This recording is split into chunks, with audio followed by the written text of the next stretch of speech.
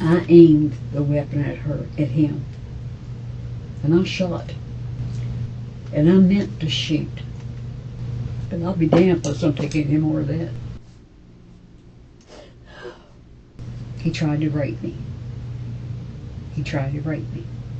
And that's what happened. This is Yogi Buschbaum, 72 years old. Everyone calls her Yogi. She's sitting across from detectives to explain why she shot her neighbor 6 times. And for the first hour, she has them believing every word.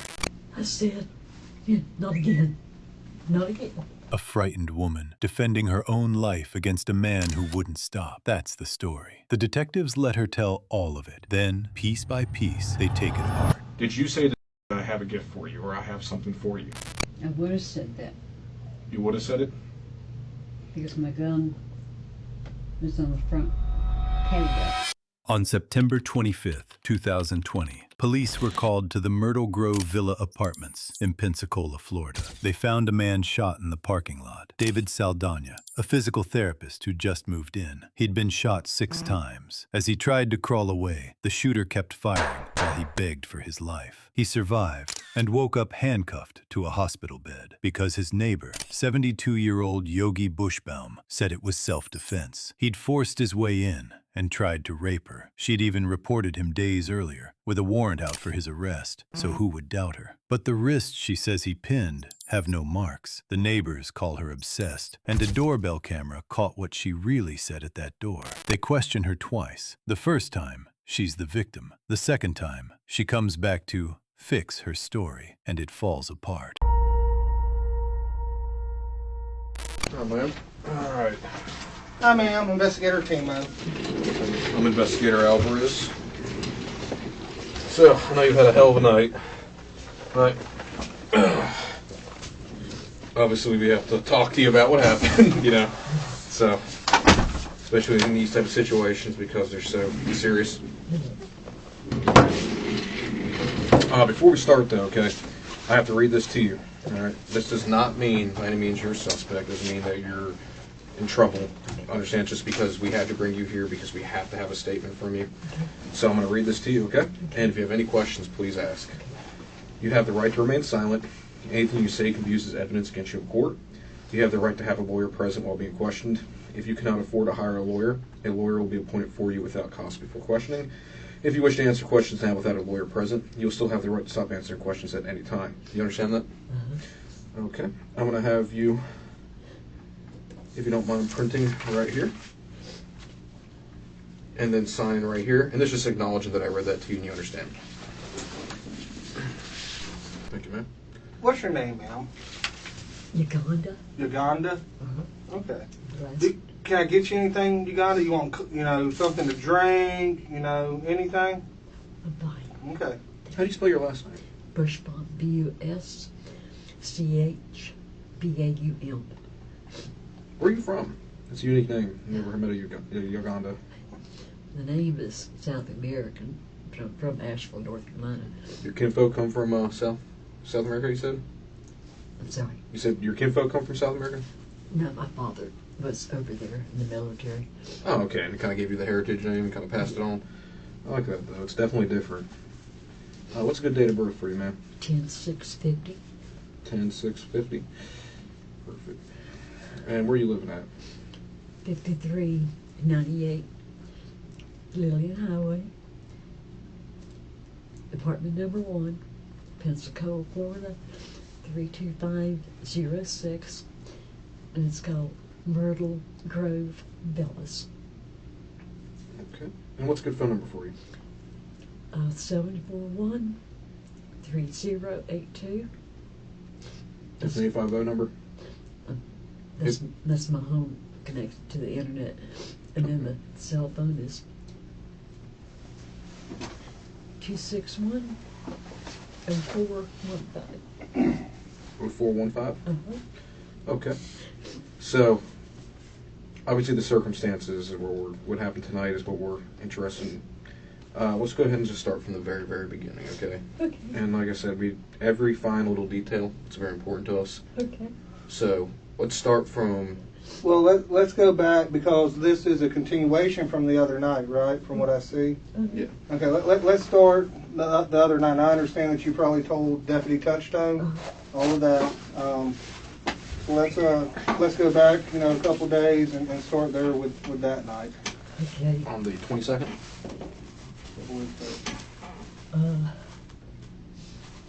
They had the windows open and had the screen door, sliding glass door open.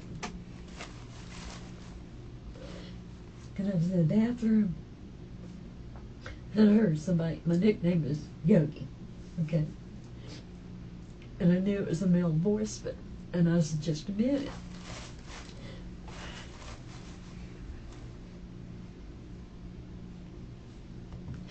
And when I came out of the bathroom, he was in the apartment.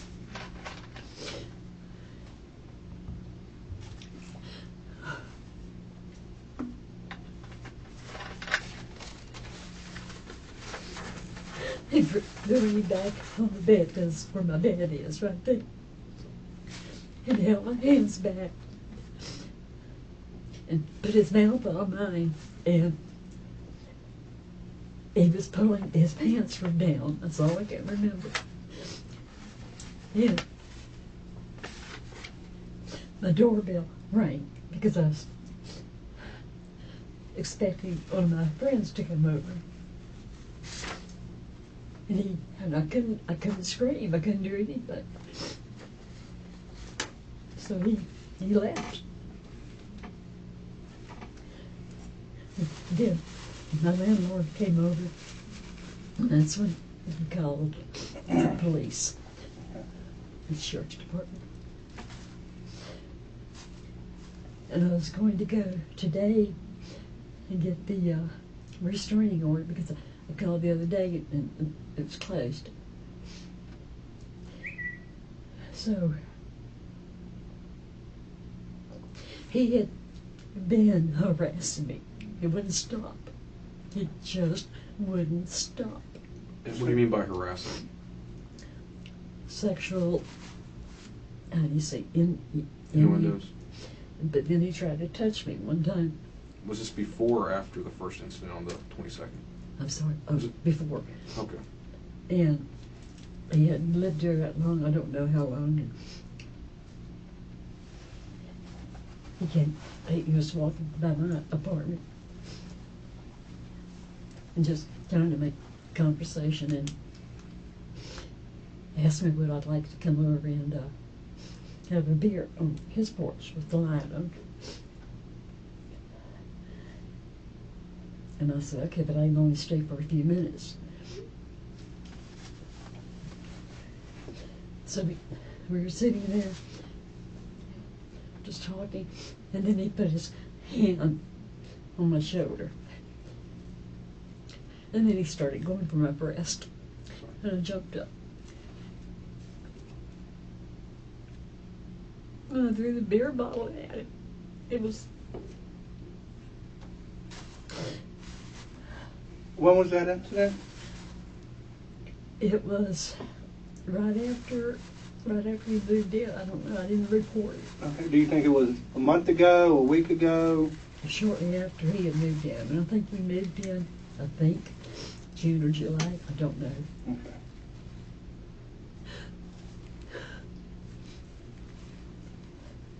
But even after that, he would still make his presence known. And I had told him, I said, don't look at me, don't talk to me, no, don't come around me.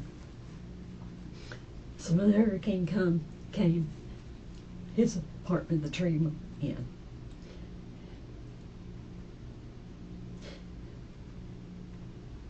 And he came back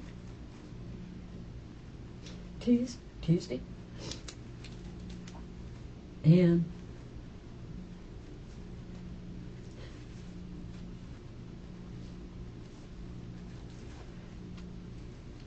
he was going to write me. And then tonight, I had gone out to the ship, to my storage room, and unlocked it and got a pair of scissors out to cut the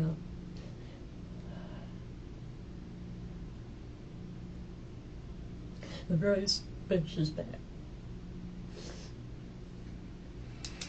And I wasn't going to go back out because I knew not to go out there. I didn't know I hadn't locked that door. I didn't know it. But I went back on the front and then I looked real close as it was getting dark. And I thought, that's him. That's him. It's got to be him.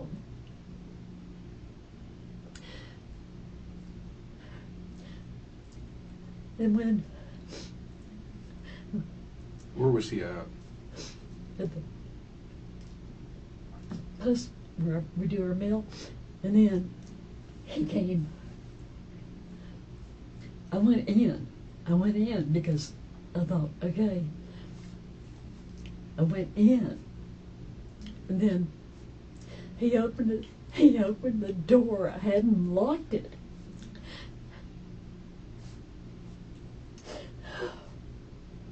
I had the gun.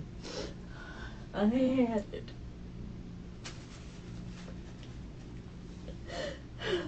Where did you keep your gun at inside the house? In the bedroom. In the bedroom? And I'd been having it with me, even if I went on the front porch and drank a cup of coffee or whatever. Because I didn't know. I didn't know. But my landlord said, don't go back in the back porch. And I just went out, just for a few minutes. And I was sure that I had locked it. But he came back.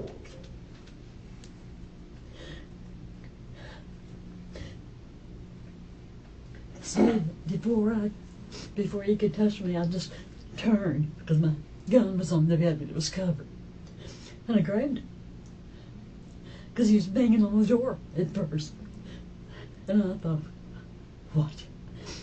And then by the time, I don't know how everything happened, but he was there. He didn't come, but he was coming in because I had the blinds closed. And I thought, and I told him, I said, no. And I grabbed my weapon and I started shooting. Where was he at exactly when you started shooting? Huh? I'm sorry. Where was he exactly when you started shooting? On the concrete outside my door. Okay. But he had his hands back on the blinds. And so when he saw me, he was like, I don't know, I started crying, I don't know. I just thought, no more. So when you say he was outside on the concrete, he was coming in. so had he already opened the door at this point? Yeah. Okay.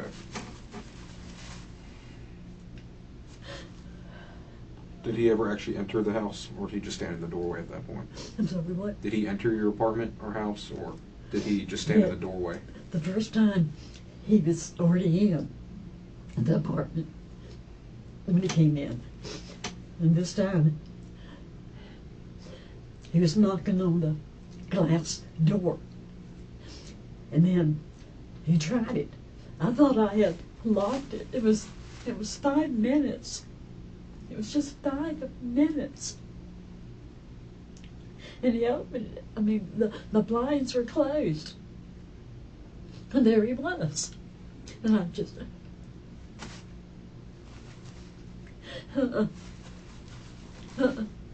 Did you say anything to him whenever you had the firearm out?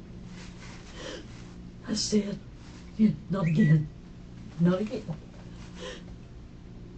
That's all I said. I think that's what I said. I know I didn't say anything else. What was his reaction? Which time, I don't know. I meant tonight. When I'm not sure where I shot him first. I don't know. And I don't know, he was going backwards, and he was trying to get up, and I couldn't let him back up. I couldn't. Did he say anything to you while he was standing at the door? I knew what he was there for. And I think he said, "No, Yogi." After I shot him, I don't know where I shot him first. You said he fell? Huh? You said he fell? I'm sorry. You said he fell down? And he kept trying to move. I just kept shooting. Listen to how far the shooting went. David is hit. He's down. He's trying to crawl away into the parking lot. And Yogi is still firing. The detective asks if she kept shooting as she walked out after him. "I was shooting," she says. This is called the first crack in self-defense. Defense ends the second the threat does. Following a wounded man into the parking lot to keep firing isn't defense. It's making sure. Hold on to that as she spends 2 hours insisting she had no choice. Because he wouldn't stop. It'd been happening since he got there. He just kept it up, and I told my landlord about the first occurrence. So he was aware of that. And then on the 22nd, I called my landlord, and I just told him that we needed to talk whenever he came in the next morning. And it was just after hours done. And I thought, I don't know what to do, but I'd left a message that he tried to rape me, and Craig came over.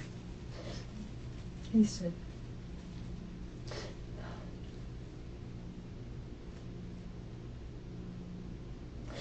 I didn't know what to do. I didn't know. I mean, it's him against me. I didn't know. I mean, he didn't rape me, but he was there for that. And when you first started shooting, when he was at the doorway, and it's important because obviously, we weren't there, so we need to be able to paint a picture in our heads. Had he, at this point, was he in the doorway? No. Was he inside the apartment? No. He was right there at the edge of the concrete on the outside? Yeah, where the door frame slides. And at this point, he had attempted to come in? Yeah, he opened the door. He was spreading the blinds. He had the little pull blinds? Right. Let me ask you this, Yagaunda. What made you shoot? What were you feeling? What were you thinking? In fear. In fear? He's going to do it again, but this time he was going to get away with it. And by doing it again, you're talking about raping you, and he would get away with it this time, is what you're Because I've been calling the sheriff's department, and they told me to call the police department, and everybody had the warrant out, but they couldn't find him. I kept thinking, you can't find, what do you mean you can't find him? All I knew was to keep my weapon with me. I had no idea I didn't know. I kept trying to find out if he had been arrested yet, and they said they couldn't find him. And we got 2 phone calls tonight.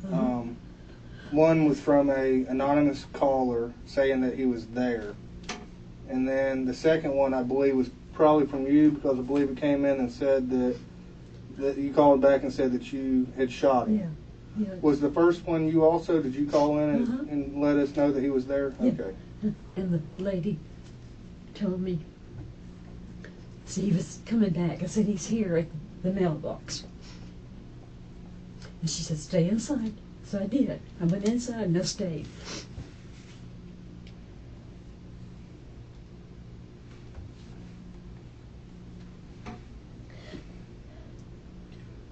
Once you had shot, and you said he attempted to get up a few times and you didn't want him to get up, Yeah.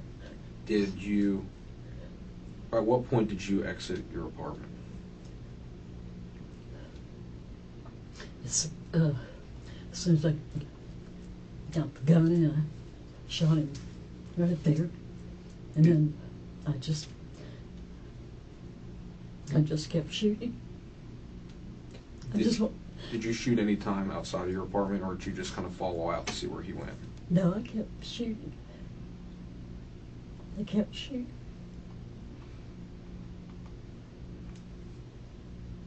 I wanted him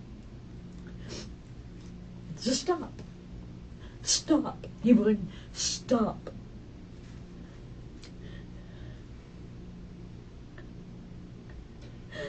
How far away from him do you think you were when you fired the first shot?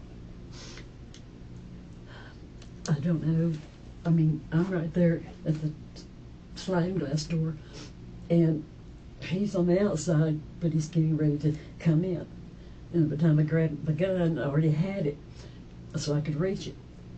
And I shot. Do you think he was this far away from you or further? No, he's closer. He's right up to me. Closer than this? Yeah, he was right up to me. And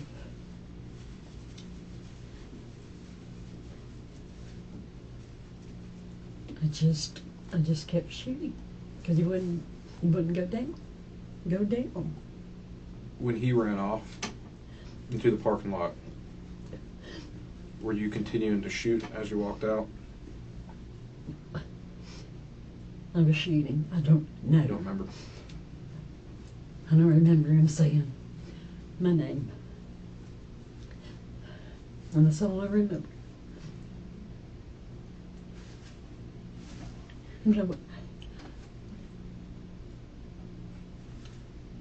Why did they not find him? That's what I don't understand. Why? Let me ask you this, ma'am. Had you and him been in any kind of relationship in the past? No. Okay. No. He wanted that. He made that clear when I was sitting on the porch. Just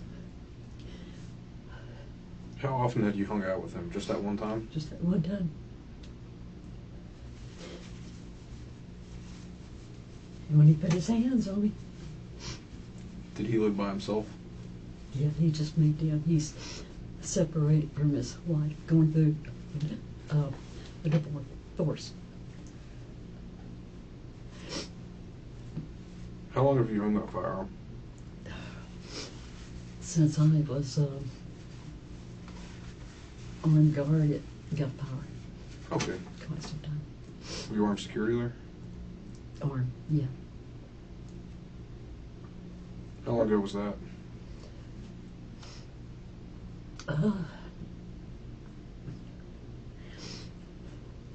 2004, because I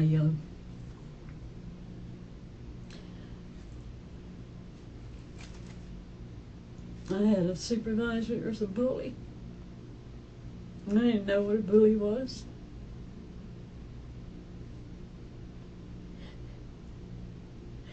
But I had 2 hours left on my shift. I was on the outside at that time. Normally, I'd work at the desk. Mhm.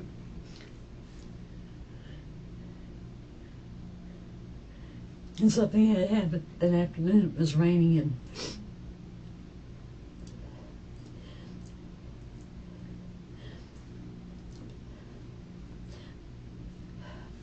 the other guard went out and left his post. And he hollered at this older couple because they were parked up under that portico or whatever you call it. And they was going to that restaurant to the side. And they were elderly, and he was trying to help his wife out. And I could hear it, and he was cussing at her, the other guard. And I watched, and I thought, you don't do that. You don't do that. You don't treat people that way. Anyway, he came back in, and then the supervisor, I don't know where he was, but we were at the end of the desk, and I said something to the other guard, Mac. You shouldn't have talked to them that way. And he told me to shut my GD mouth. And the supervisor told me, he said, go back on patrol. And he knew what had happened. He was out there too. He heard, he saw, it was on camera.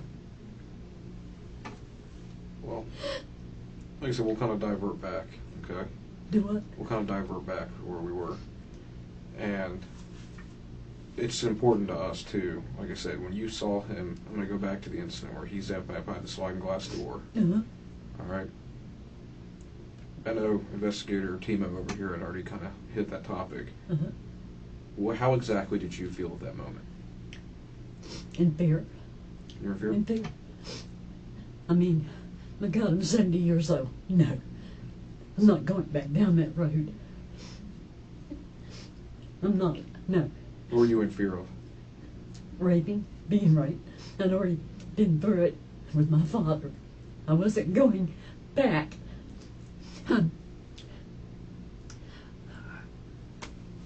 No one can know about my disability. It's bipolar. I know I'm bipolar. And I do everything by the book. I take my medication. This is not a bipolar moment, because I am.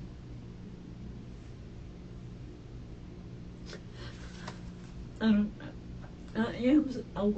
am stable. We're not saying you're not stable. Like I said, we're just trying to understand the situation and how you felt. I couldn't go there again. He'd already put me back there as a kid from the first time. And I knew I was going down. I was depressed, and I had all my medicine and everything, so, and I thought, it'll be okay. They'll get it, and it'll be okay.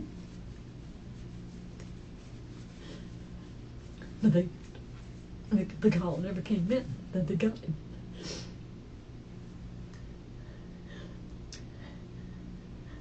How could they not have got him? Yes, ma'am. After you had shot him, Uh-huh. and right before deputies had arrived on scene, where were you standing? Where's the standing? Yes, ma'am.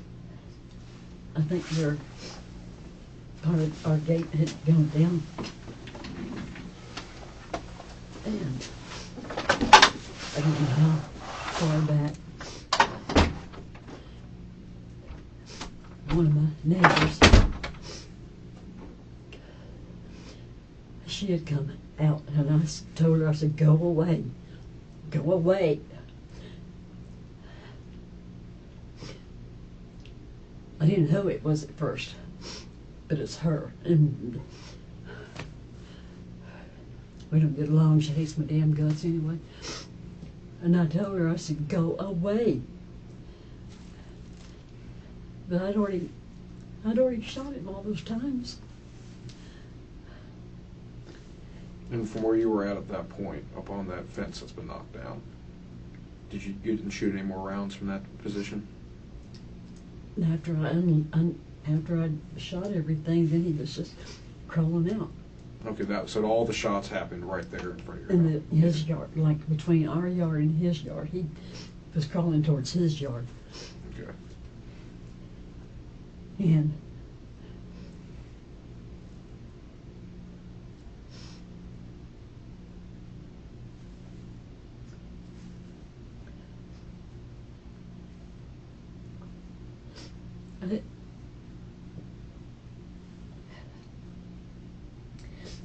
wouldn't. How many times can you come back? How many times?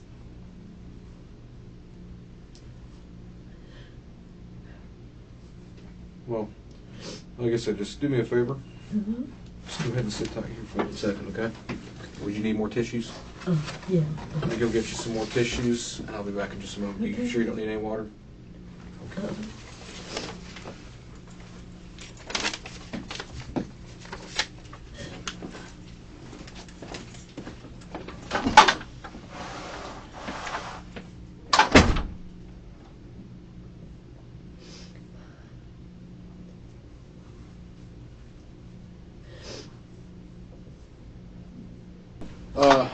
First things first, do you mind raising your right hand for me? Do you swear and affirm everything you told me is the absolute truth? Yes. It's important to us, so I want you to know that, given the circumstances of what's going on, understand that you're well within your right here to defend yourself, okay? What's important to us tonight is that we're able to get you to move forward from this, okay? First things first with that is, do you have any family here? Do you have any good close friends? Yeah. Do they live near you? No. I have a girlfriend named Joy. She lives, I think, Bloodworth Lane or something like that. Joy, do you know her phone number by heart? 266 3390. And the reason why is because this has obviously been a very, very crazy night for you. And I'd feel a lot more comfortable with myself is that we can get with her and maybe you guys can, meet up here. Maybe you can stay there with her. Or she can, you guys spend some bonding time together. She knows. Does she know already?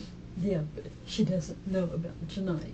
Okay. We were going to go Monday. To the courthouse? Yeah. And today I hadn't slept. I just wanted some sleep. I understand.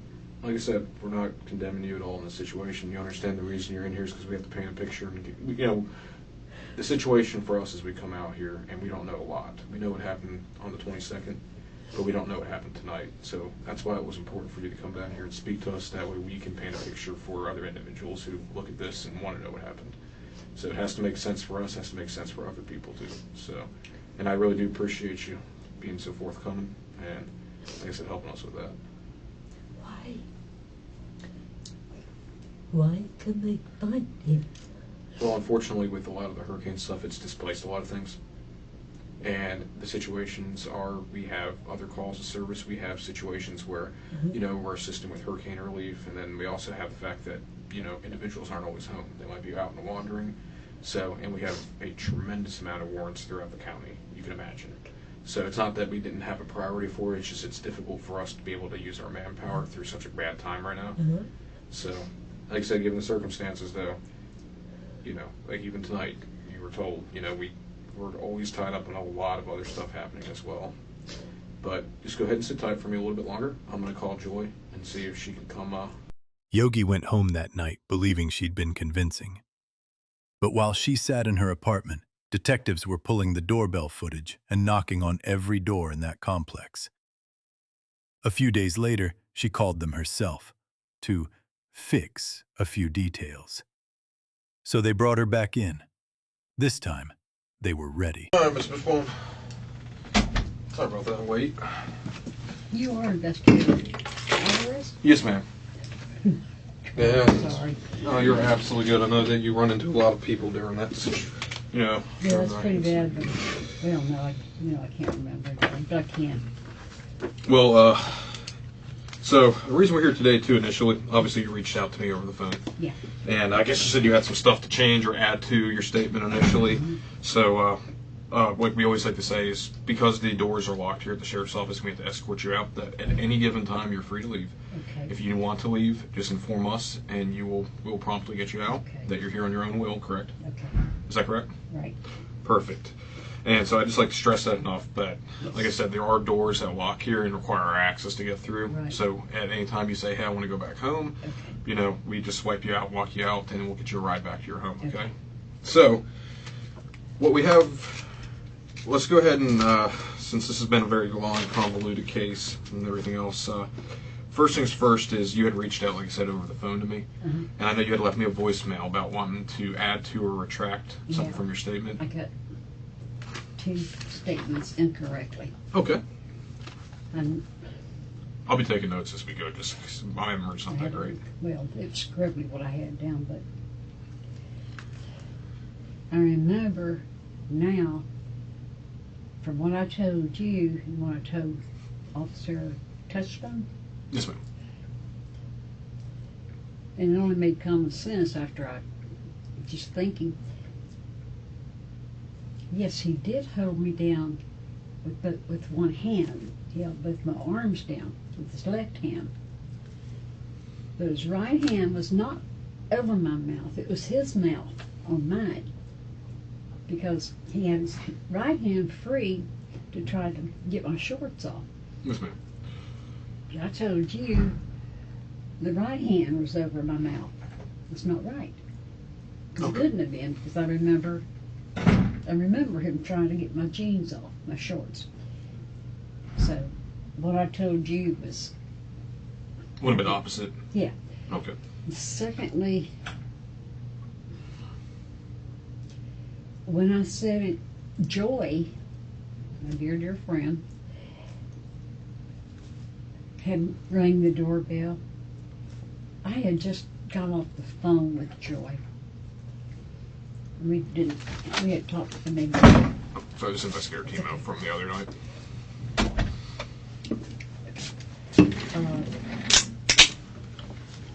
the other night. He was in the room whenever the The first night of the meeting. incident. I can't remember. Joey had talked to me for 45 minutes to an hour, and she knew about the touching on the shoulder. And then when I called her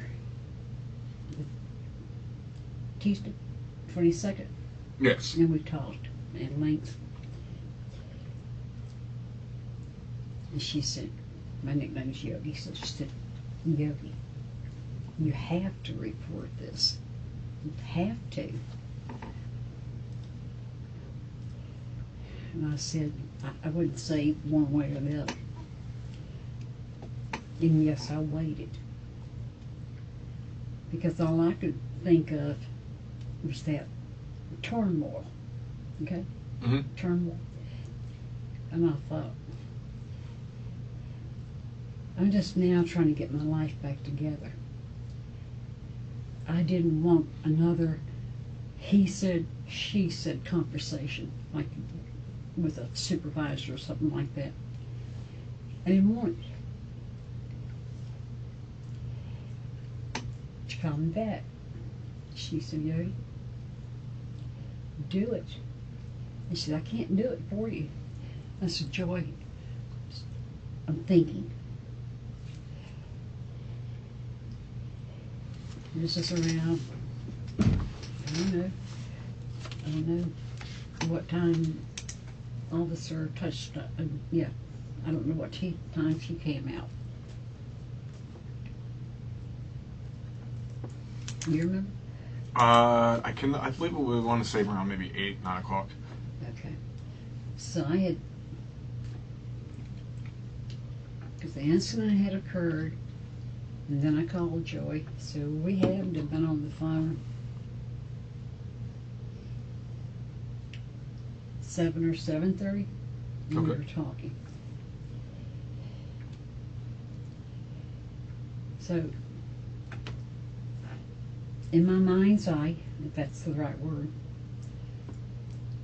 and I told the officer touched on the same thing, that it was Joy.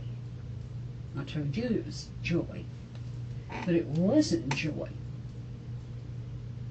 I said, the reason I know I would have said that is because Joy would have saved me.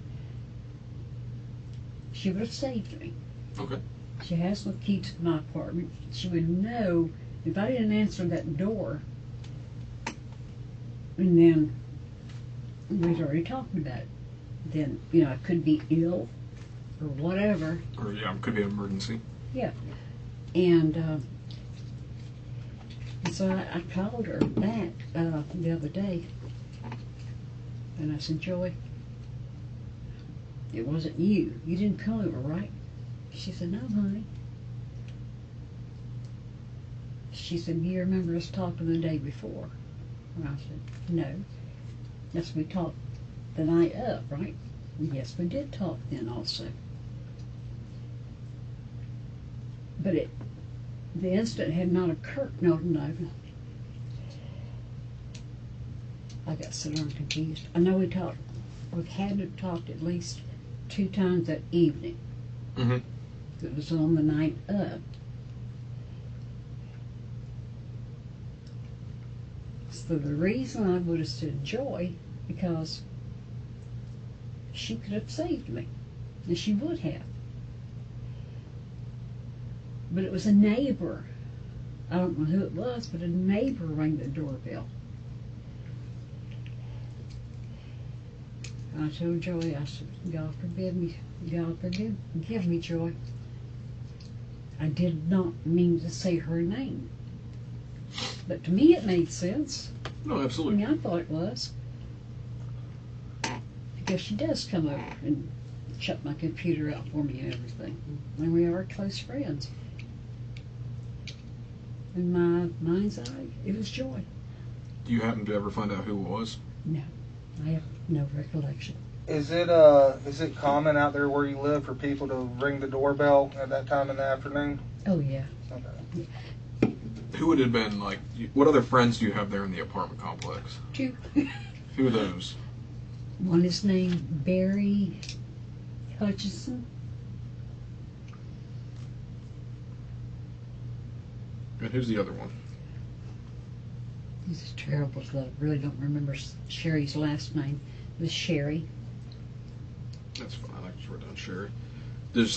Do Barry and Sherry, do they come over there quite often? Yeah, sometimes, you know, like Sherry's out walking her dog, or Barry is what do you call it? Somebody, when you drive a big truck. Truck driver? Yeah. So, normally he'll talk to me or Sherry, call us, or we call him, and, because normally he'll be here like on a Thursday. He doesn't have very long to stay here. But I knew him prior to. Mm-hmm. And I, of course, known Sherry prior to.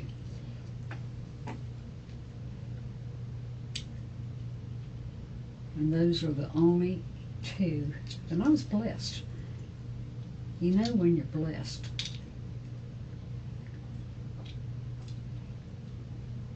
And so, if it wasn't one of them, it just could have been a neighbor. There's one lady there that sort of gets confused a little bit. But she loves me, and she'll knock on my door, ring the doorbell. Who would that be? Judith. I don't know what her last name is. That's fine. I can just get a first name. I mean, she's really sweet. So basically, you were just saying that you initially thought it was Joy. Yeah. You had hit the doorbell, which Yeah. kind of interrupted this, the incident. Does that make sense? It does. And that the only other thing that you were talking about was on the. You were just talking about how he was holding you down on the Yeah. 72nd. Yeah, because it couldn't have been his hand. I mean, his hand over my mouth. It doesn't even make common sense. And so, Okay. Well, what we're going to do here, just because of how, the first night we spoke to you, it was obviously a very traumatic incident for you.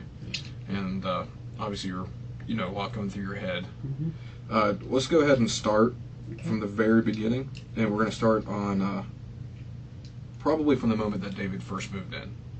Okay? okay. And how your guys' relationship started, how you guys talked, and all those incidents. And I remember you specifically bringing up an incident about you throwing a beer bottle.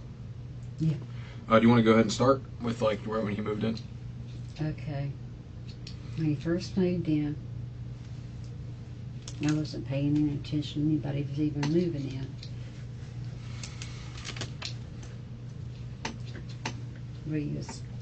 I was on my front porch taking care of the plants. I didn't know who it was, but he stopped and introduced himself. I remember that. And I was okay.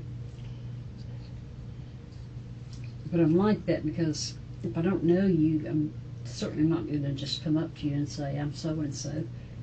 You know, it's sort of stupid. And, yes, of course, everybody appears nice.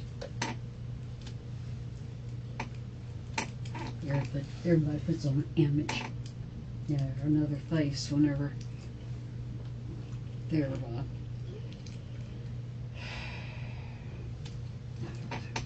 So what was your, like I said, the first, any type of contact you had? What was demeanor? Was he nice? Was he a gentleman-like? Yeah. I do recall he showed me his furniture. Now I do remember. He asked me to see his furniture. The door was left open. I just walked in. And he just bought it. Just everything black and white in there. And I just made the comment. I didn't go any further. You know, it looked good. It was pretty. Mm-hmm. Not really, but and so I left, and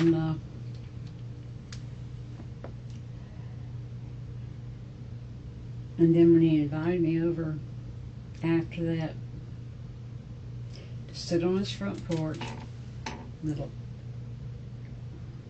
porch light was on.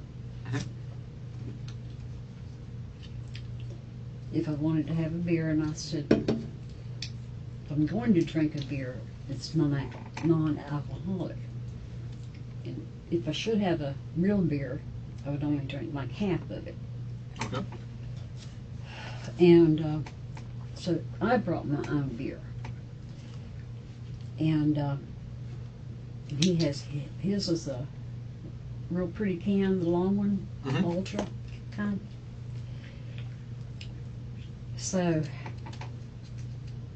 we were just talking, you know, trying to get to know each other, or whatever you want to say it was. And it had to be within 10 minutes. I knew his arm was extended on the back of the swing. It's a swing. I didn't think anything about that, you know.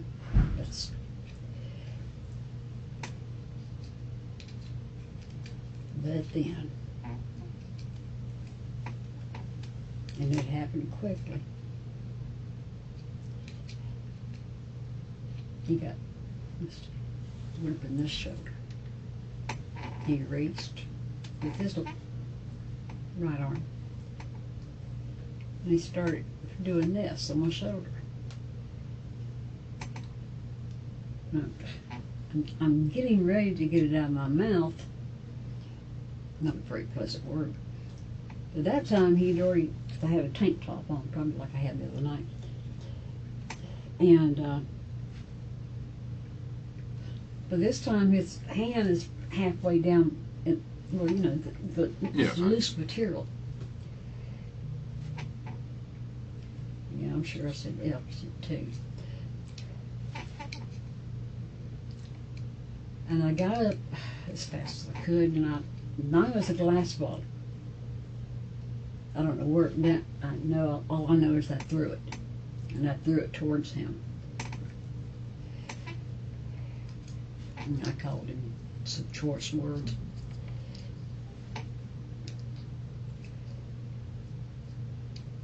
He kept doing the sexual innuendos. And what do you mean by sexual innuendos? Do you have any examples? Walking by and making comments sort of like I didn't know what I was missing, and I know I could please you. It was the sickest thing to ever say. And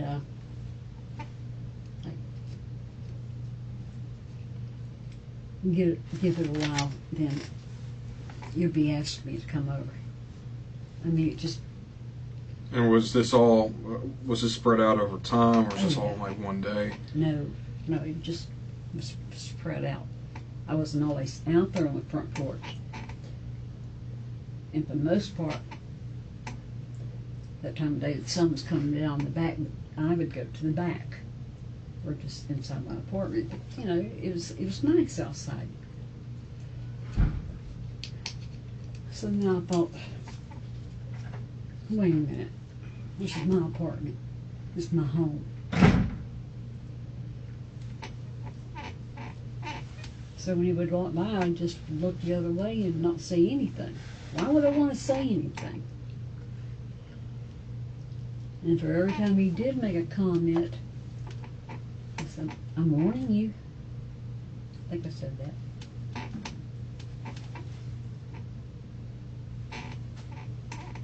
But it was just sexual.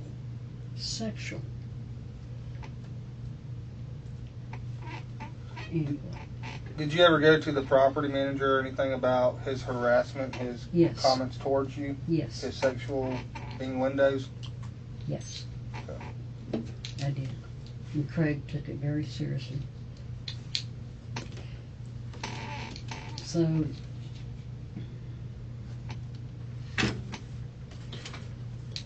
And you said this harassment kind of went on for an extended period of time. Yeah. Did it go all the way up until the moment on the incident on the 25th? no, he's gone. Okay. Yeah, he'd already, when Hurricane Sally came, Mhm. he had to move out like, really, I guess, probably the next morning for that. I'm sure you saw the tree. Yes, ma'am. That Yes, went yes. through his front door. So, I don't know how much, I think that the bedrooms you can get into and retrieve stuff. That's all I know. I think the kitchen is totally demolished. So, I don't know what day Sally occurred. But anyway, I don't know. I don't know what time he would have left or whatever. I didn't even hear the tree. But,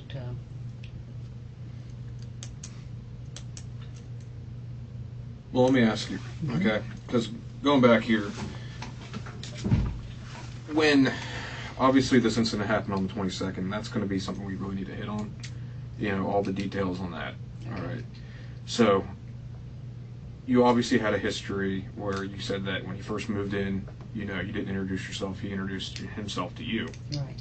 And then I guess he let you, you know, wants you to come look at his furniture.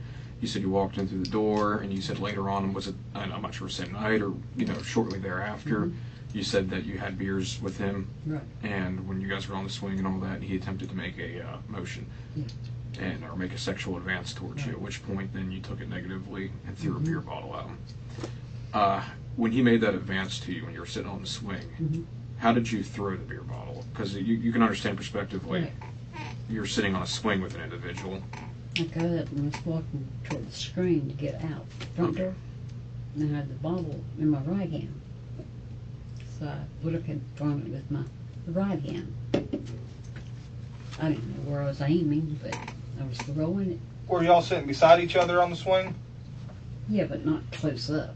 You know, it's Okay. a pretty big size swing Was he on your left or on your right? on my left. So And I he, was- and so he was on. If I'm you, he's sitting right here to the left of me. okay, I'm sitting here, he's sitting there. Okay. Does that make sense? Mhm. Because he had his right arm just, you know, behind the part of the porch. It wasn't on the, you know, that rim of the bench. Yes, ma'am. All right. And then But it wasn't around your shoulder. It wasn't No, all the way around no, you. It was just. no. So you would be sitting like right here. Yeah, Right side. pretty Okay. close to So his my hand, wrist, his hand was between his body and your body. Well, I wasn't aware of it. Yeah, I guess I never really. Well, he had his arm the whole time on the back, but it wasn't touching me. So Okay. I wasn't concerned about that. And other than this incident on the swing, had he ever touched you any other way? Had he tried to touch you? Or you said he made sexual innuendos and harassed you sexually, but had he made any other attempts to touch you or anything like that?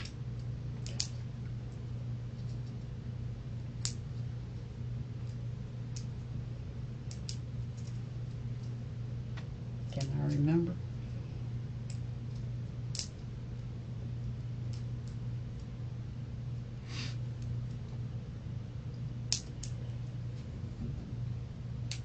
I believe there were.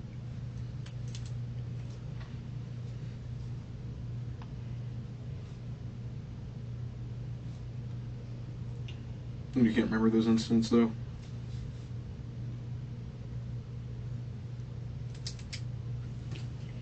What was it?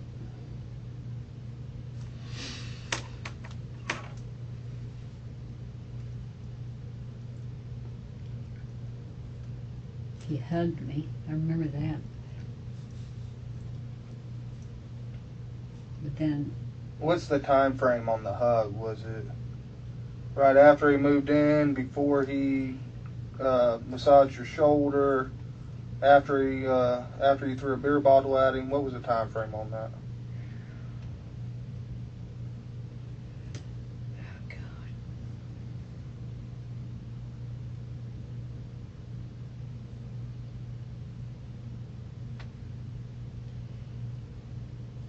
This had to have been. It had to have been before. It was before the porch incident. No, wait a minute. Yeah, it was, because the porch incident ended everything. I remember him. You know, it's like, let me give you a hug. Mm-hmm. You said this was before the porch incident? Yeah. How did you react to that?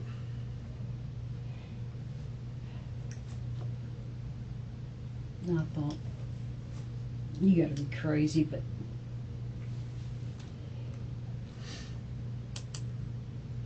damn. Yeah, I made a bad judgment call on that one.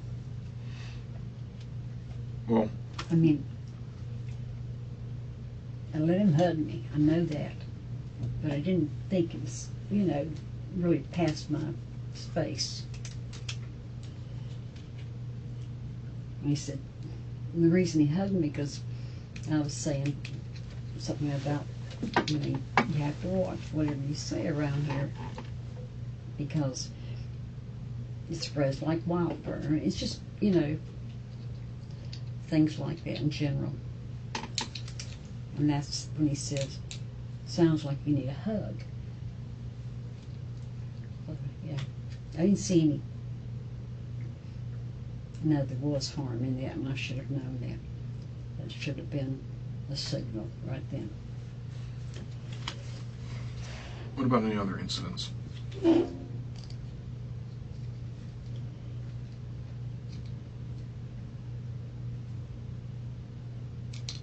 He never came into my apartment except for that night of.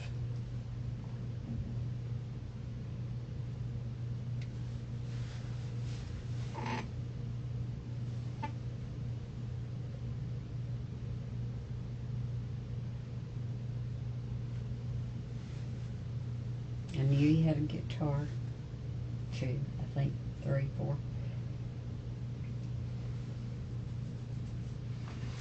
And he asked me, but I'd like to hear him play the guitar. I said, yeah, let's, you know, bring it in here and play it. I wasn't going to sit down Where's here?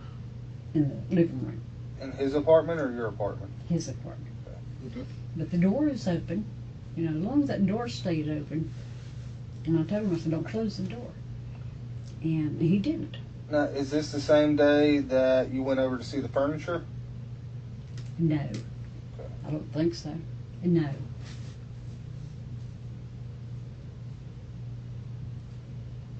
No.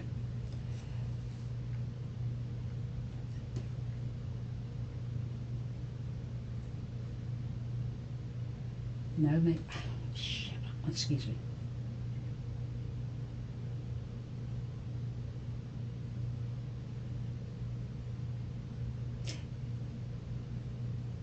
Yeah, it was. It was the same day. Okay. Now, the day that he invited you over to look at the furniture, Mhm. and if it was the same day that he played the guitar, you were wanting to show you the guitar, and he said as long as the door is open, is this, just so we have for the timeline purposes, the same exact night that you guys had the incident on the swing? No, this was another night. Okay. No, it wasn't. Oh, God. The first one was first. The swing thing came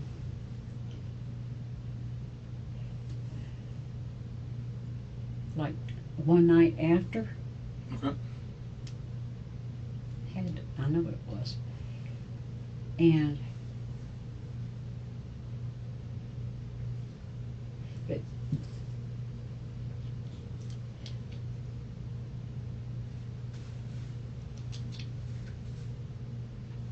and there was a time, God forbid my memory. Well, so moving past all the medications here, so I'm just trying to get an idea, Okay. because like I said, you know, the biggest part for us is trying to fill those spots, because we're trying to build the most accurate timeline Mhm. from moving in, incidents occurring, the continued sexual harassment, and then that led up to what's really important to us is what happened on September 22nd. Mhm. Let's go ahead and start from the beginning of the day all the way through for this. That's the incident when he ended up in your apartment. On the 22nd. Yes, ma'am. That's So right. from the morning, what you can remember, all the way until after that, when that incident occurred. My morning was fine, you know. He wasn't there because I knew his vehicle right where you guys parked this Mhm. morning. No, I can't be worried. Is that number 2? Yes, ma'am. You say this? Well, yeah, because they have a privacy fence up, and you really can't see the vehicles over there. But I can hear his door close if I was out listening. I wasn't listening, but you can hear it. Mine you can definitely hear.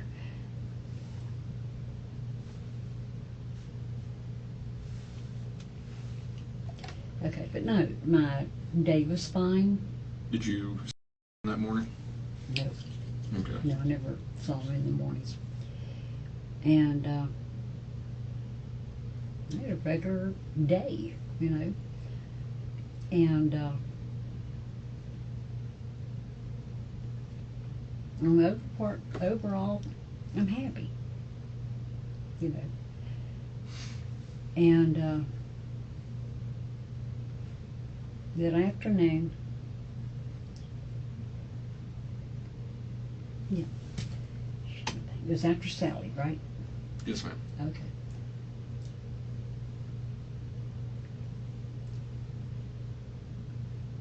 I don't know. I wasn't out in the front. I wasn't out in the back. I was inside my apartment. I don't know if he went over to the mailbox or if it's just retrieving things from his apartment. I don't know. I mean, I didn't see him. I didn't hear anything. I was in the ladies' room, bathroom. I was washing my hands, so the water faucet was on. So I didn't hear the screen door sliding back.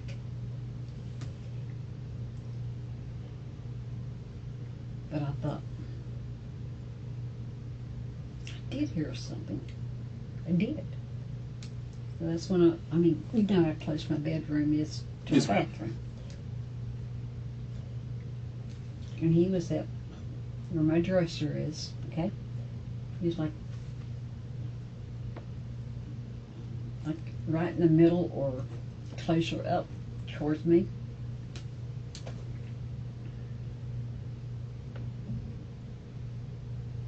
And that is when it took place.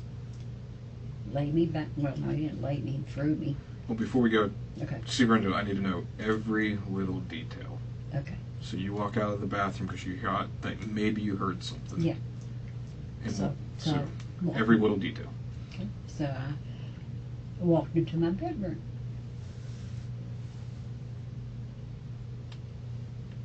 And it was him. And who's him? Okay.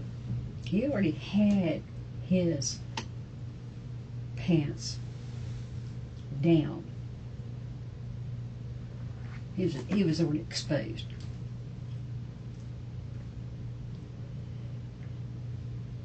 And it happened fast. That's when I was thrown back on the bed, when with left arm, he was holding both arms. Of course no, I got that wrong. See, no, it was. He did both arms because he had his mouth on mine, but I told you the wrong way. Yes, ma'am. Okay, but I know how it happened. So anyway, the doorbell rang. That was really my saving grace. Well, again, other than the doorbell, Okay. again, we got to go over specifics. Okay. When you walk into your bedroom from the bathroom and you see him standing, you said he already had his pants off? Yeah. And he was already exposed in his But he Was able, he flaccid? Was he erect? Was he what? Was he flaccid or erect? I don't remember. You don't remember that? Yeah. Okay. Watch Yogi try to rebuild her own assault and lose track of it. She's retelling the attack. Which arm held her down, which hand was where. And mid-sentence, she stops. I got that wrong. She physically can't keep the story straight because she's not remembering it. She's constructing it. This is the story that won't stay still. Truth doesn't need correcting on the basic facts. A built story does, every time it's told.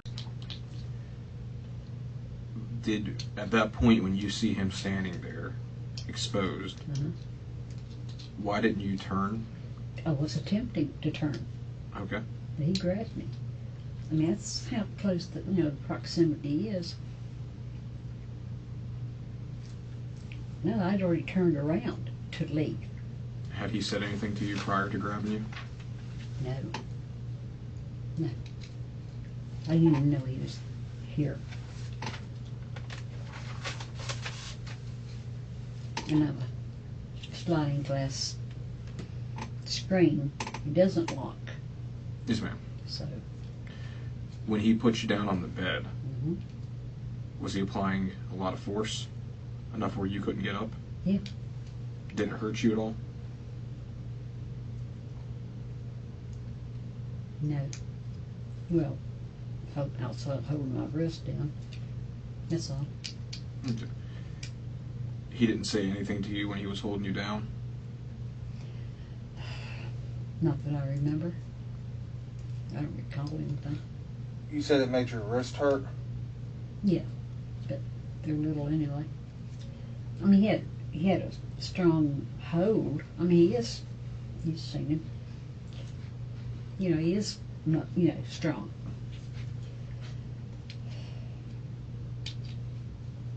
Do you remember what he was wearing that day? What he was wearing, What he was wearing that night, I should say. what I was wearing, No, it was. I don't know. I know it was pants. Pants. That's all I remember. He was wearing pants? Yeah. Did he have a shirt on? Yeah. And you remember what the pants looked like? Usually, he always wore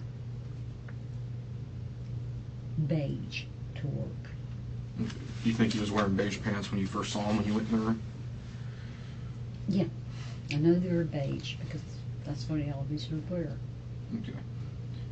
And so he's wearing beige pants when you see him. At which point does he take his pants off? Those were already down. Okay. So they were already down around his ankles, Yeah. knees, were they already I guess completely off? almost to his ankles, yeah. Okay, and you cannot recall whether or not he had if he was, his penis was erect or not? I don't know. Okay. And so after holding you down, Mm-hmm. he's grabbing you by the wrist, and he's putting his mouth on yours. Exactly. And were you able to scream, yell for help? No. No. And that was the reason for him to have his mouth on me. So he could use the right hand to try to pull my shorts off. Okay. I know that was the way it was done. I know. It wasn't the other way around. So while this is all happening, Mm-hmm. you said you hear a doorbell ring. Yeah, the doorbell did ring. And that's when he still had me on the bed, holding me. And he jumped up. And in my mind's eye, it was Joy. Joy does not come over the time of afternoon. But the doorbell rang. And whoever it was saved me. When the doorbell rang and he jumped up, what happened at that point? He left. Which way did he leave? I don't know. I don't know.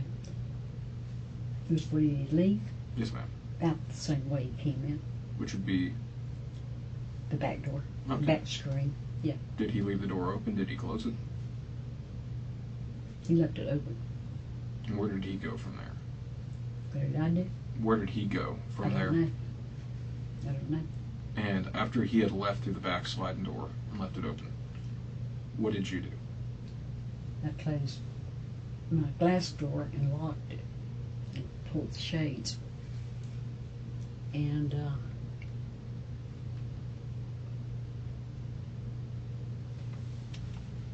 I didn't call anybody. I mean, it was what, 6 maybe? You said it's about 6? Of course, Craig had already gone home, but I had this emergency number.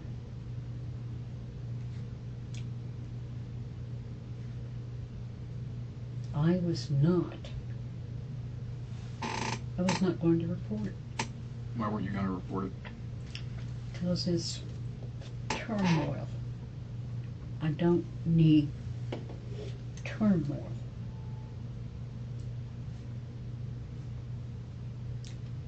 I mean, it's like somebody walks up to you and they say, God, your hair looks like crap, or, whatever. That's minor.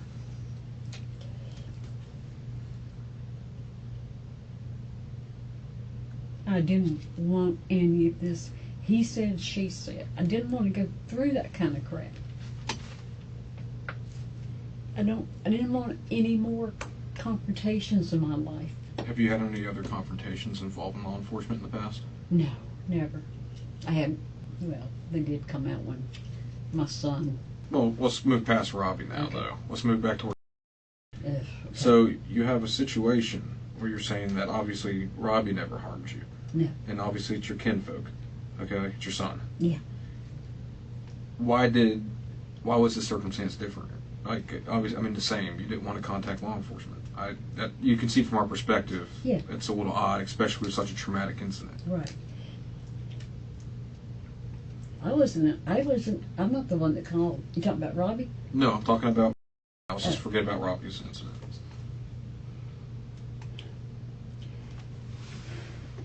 I just did not want any more problems, anxiety, turmoil, torture really is what it is. I don't need it. I don't need it. I don't want it. But is it fair to say that it's just as much psychological torture knowing that this individual is still outside your house when it could be handled by law enforcement?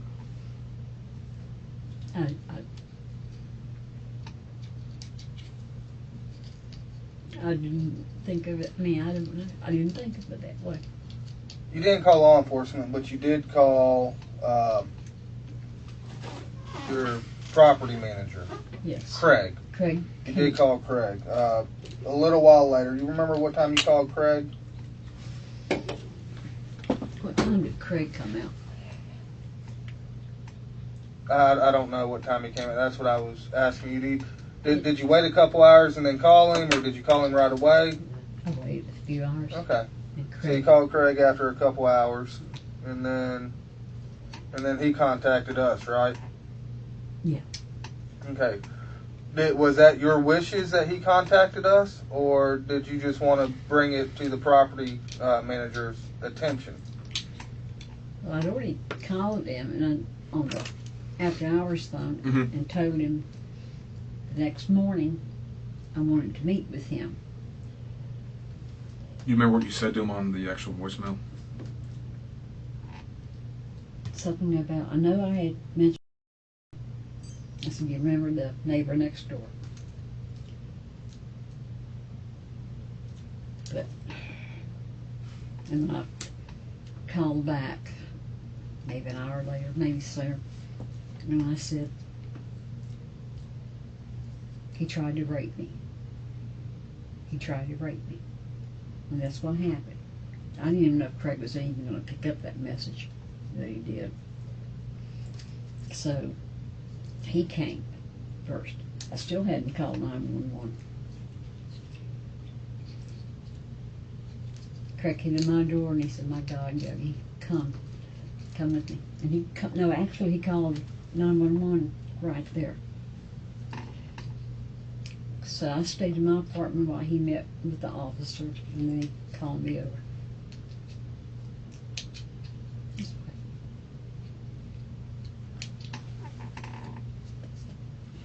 Is there any information from that night that you didn't provide to Deputy Touchdown? The night of what? Is there any information you didn't provide to Deputy Touchdown that might have been very important for that case Anything you can remember now that you forgot to mention? about the attempted rape? You know more than what I've said. So after the 22nd happens, Deputy Touchdown comes out and takes your initial report. And Yeah, Craig called 911. did Craig ever go looking? Did he ever try talking? What was? No, we left it as it was. Craig is he'd already called corporate. And he said,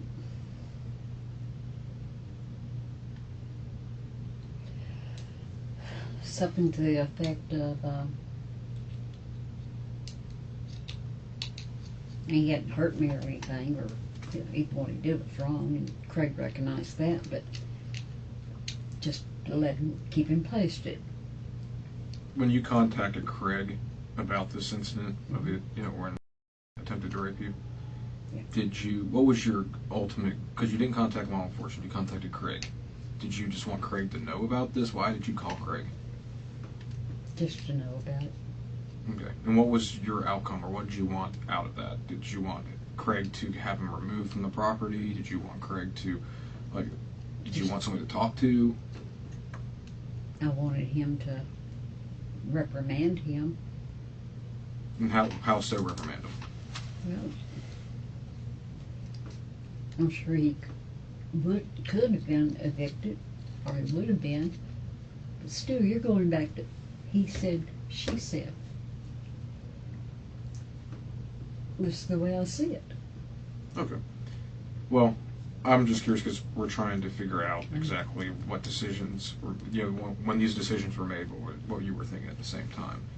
So, because these are all things that people are going to ask, and we have to have answers for. Trying, yeah. So, after the 22nd, the incident, whenever Deputy Touchstone came out and after it had been reported, between the 22nd and the 25th, had you seen at all during that time period? Mm-mm. And actually, I wasn't sitting outside in the front or the back. I only sit outside in the back in the mornings. Okay. And I drink a cup of coffee. And in the evening, I would go out on the front. But no, I didn't go out. Had you ever tried to attempt to make contact with you? No, Do you have a phone number? no. So you guys have never exchanged No. phone calls or text No. messages? So you hadn't seen him between the 22nd and the 25th. Now, obviously, you're stating that you weren't really looking for him either, I I guess in a wasn't sense. watching for him because I didn't go outside. That's it. On the 25th, Mhm. the night of the shooting occurred, Mhm. I want you to go ahead and just tell me the whole story from the beginning of the day Okay. through. All right. I was on my front porch. So the tree had already was in the apartment, so I felt comfortable. I mean, I wasn't afraid of anything. But I was where my apartment sits, I can see the mailboxes. And it was getting almost 7ish, and it was getting dusk. So I'm, squinting to make sure I'm seeing what I think I'm seeing with the porch light, his porch light, well, Craig's porch light.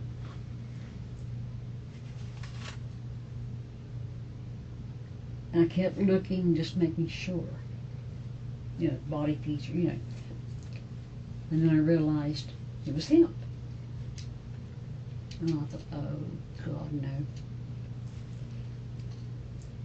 So I went in and I closed my front door and I locked it. I called 911. I think I said, he's back. It wasn't really clear, I'm sure. But then his hand was like this, knocking on my door. Not like that, but this. Which door? My sliding glass door. But it's hard hitting. It's not like go like that. It's like hard. Yes, ma'am. And I thought, no, he couldn't be that stupid. But he had not been arrested, of course. So there he was. I didn't think twice. Did I have my weapon on the front porch? Covered, of course, out of sight? Yes, of course I did. So you had it on the front porch? Mm-hmm. And I didn't take it. No, I did take it in with me. And where'd you place it when you brought it in? Behind my back. Behind your back? Mm-hmm. And what was it covered in? I'm sorry. What was it covered in? Not really my blouse a little bit, but it's loose, like I had on the other night. So I just had my hand behind my back, not. So you see him knocking, and you said he's slamming on the door. What happens then? I'm still on the phone with 911. And it wouldn't stop. And I thought, no. I pulled the glass door back. I aimed the weapon at him. And I shot.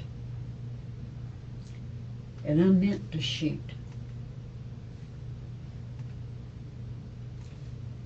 But I'll be damned if I don't take any more of that. You don't do that. And what happened after you shot him? I shot him again. You told me how many times I had shot him. Yes, ma'am. I didn't know.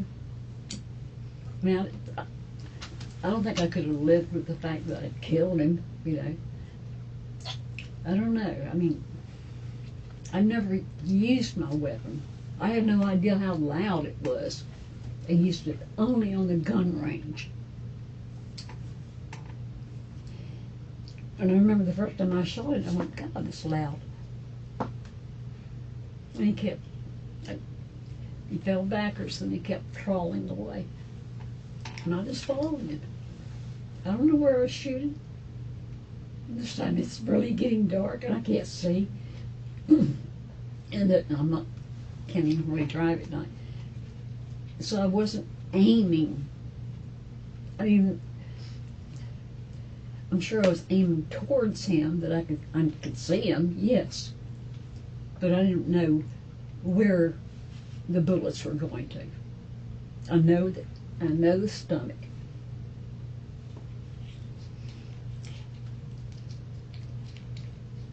And I thought, no. I will bring you down before you can do this to me. You're not going to get away with it again. Nobody is going to get away with that. Nobody has the right to do that. So, just so we can go back, and it's important that I have all these details. You were on your front porch on the 25th that night. Yeah. And you couldn't quite see what you saw Right. over there by Craig's Light, which is going to be that Yes. community, the center community building. I could see him. And you're on the front porch, Mm-hmm. and you have the revolver, your revolver that you Yeah, used I to carry. kept it right on the little table, covered. Okay, I didn't have my hand on it, but I could get to it if I had to. And that was because of the incident. Yeah, because he wasn't in jail. He had not been apprehended yet. So you're on the front porch, you see him, and you go back inside. Mm-hmm. I take my Did you weapon. say anything to him? Yes.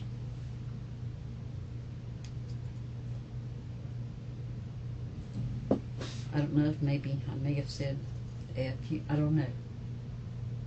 I didn't care. I didn't have to say anything. Well, it's important for us that we have a timeline because we can't have spaces. You know, Yeah. we're trying to fill in all those blanks. I may have said, "You bastard," and I was shocked. I meant before you shot him, when you were on the front porch and you see him at the mailbox. Yeah. But I got up immediately. Did you and came- talk to him at all when he was at the mailbox? Did Yeah, you say? at the mailbox. Yeah, Okay. What did you exactly say? him getting his mail. What did What you did you say? say? Were there any words? Oh no, No words were exchanged between you. no, because Okay. he didn't come in the front way. He came from the back way. Okay. But you didn't say anything to him when he was out of No. Craig's God, no. building? Okay. So you went back inside Uh-huh. and you had your revolver behind you, under your blouse, so it was hidden. Yeah.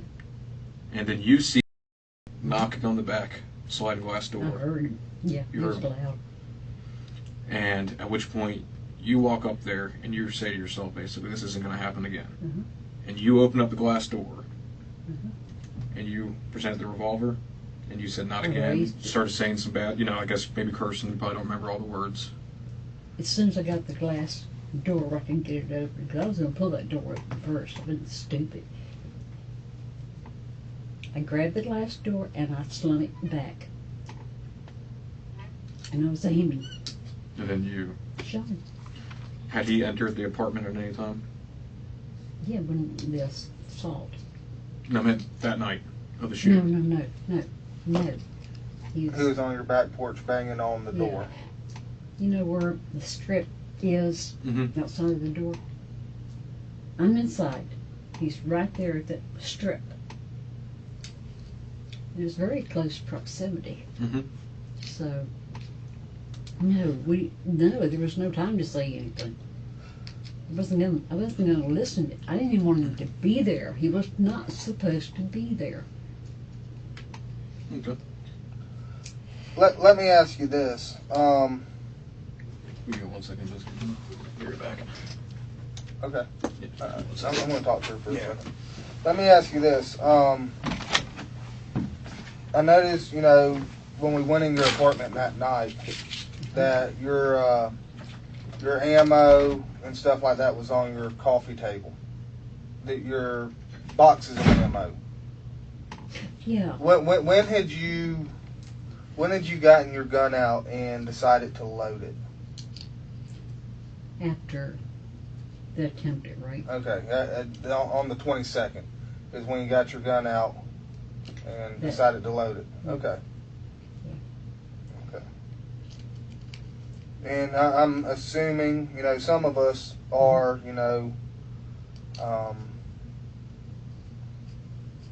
I guess the right word I'd like to use is cautious. Like me, I carry a gun everywhere. That I mean, was, part of my job, I carry a gun everywhere. it's not uncommon for me to, you know, be at the store, wherever, Right. and have a gun. I'm guessing that's probably not you, though? No. Okay. So would you say that it was, let me ask you this, prior to the 22nd, No. prior to the 22nd, had you ever sat on your front porch with a gun? No. Okay. Never. And so after the 22nd Mhm. is when you began Right. to carry the gun. Just only when I went out on the patio to drink either water or or beer. My close neighbors, they're coming in. We chat. It's just, I like my quiet time. It is quiet. And nobody bothers me. And I mean, you know, your two friends, yes, that's okay. You look forward to seeing them when Right. you can. Right.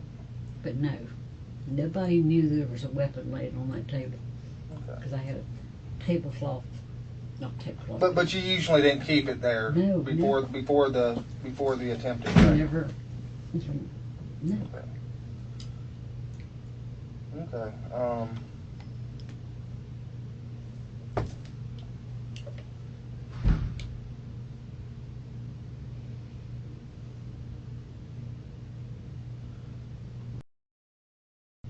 Was banging on your back door, and you opened the door, and you said, "Not again.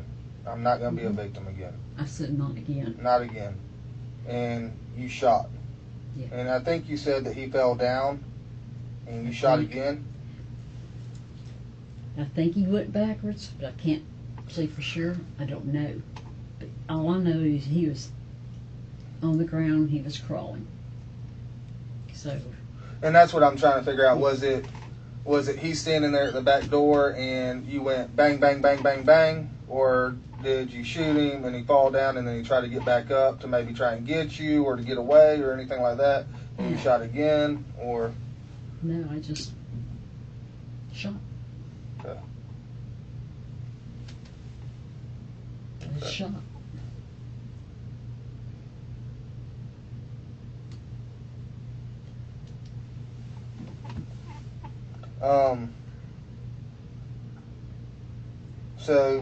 So you shoot him, was it one time when he was right there at the back door?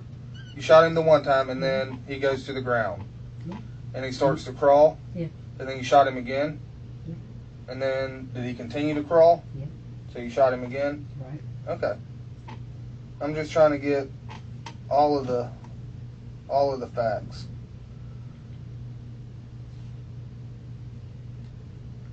How because when I was out there, you know, we followed his droplets of blood from about your back porch out to the parking lot. Was it?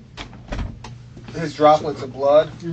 from your back porch to the parking lot. Uh-huh. How far would you say that you followed him when he was crawling? I followed him the whole time. Okay, but did, like, your last shot that you fired, do you remember where that was at? Was that, from what I remember, there was a big oak tree, a pine tree between your apartment and his, and an AC unit? Yeah. And was it behind his, He'd already crawled through the opening between the trees. okay, I was just following. okay. And, but what I'm trying to get at was, your last shot, was it in the parking lot? Or would it be behind his apartment, or did you No. shoot? He was at the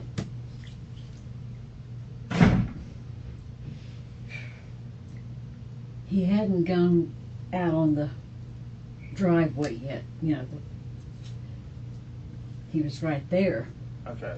By like where the privacy fence had blown over? Yeah, he was going past that.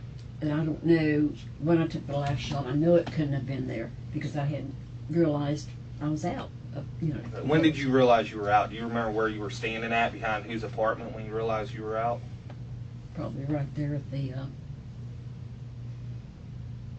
at where he was laying. Where he was laying? Yeah.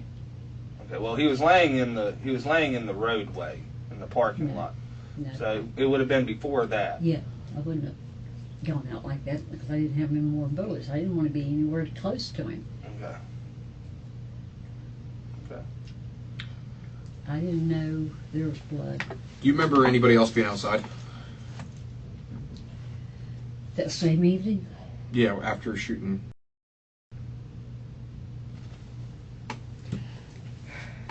Yeah. I didn't know who it was. It was coming. I could see a figure.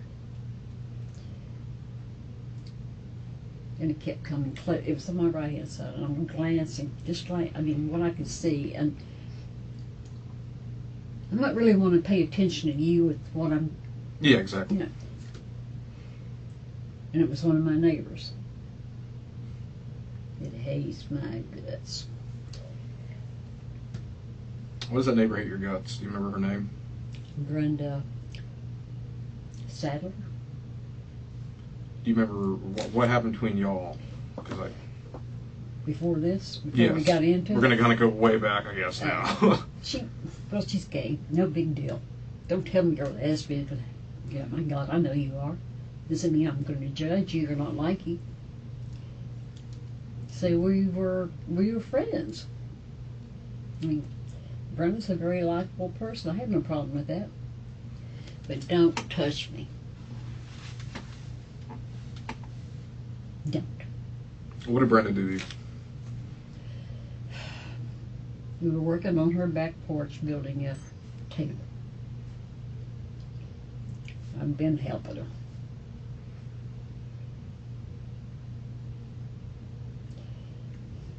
And I really think it was just meant as, maybe if you want to say a joke, I don't really think she meant me any harm. I really don't. I don't know. But anyway, I was bent over and I had, of course, a tank top on. I'm not concerned about my breast, you know.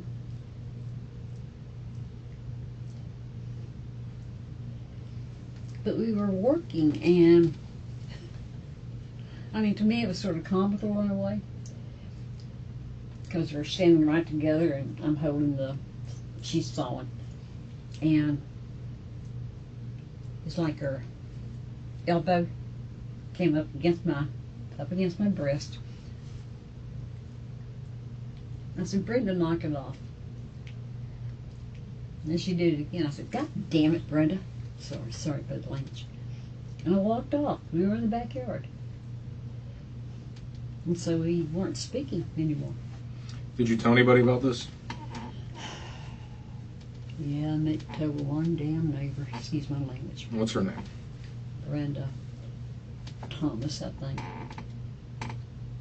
Well, not Brenda. Oh, not Brenda. Mary. And this is kind of where we have a lot of stuff we have to cover, okay? Okay.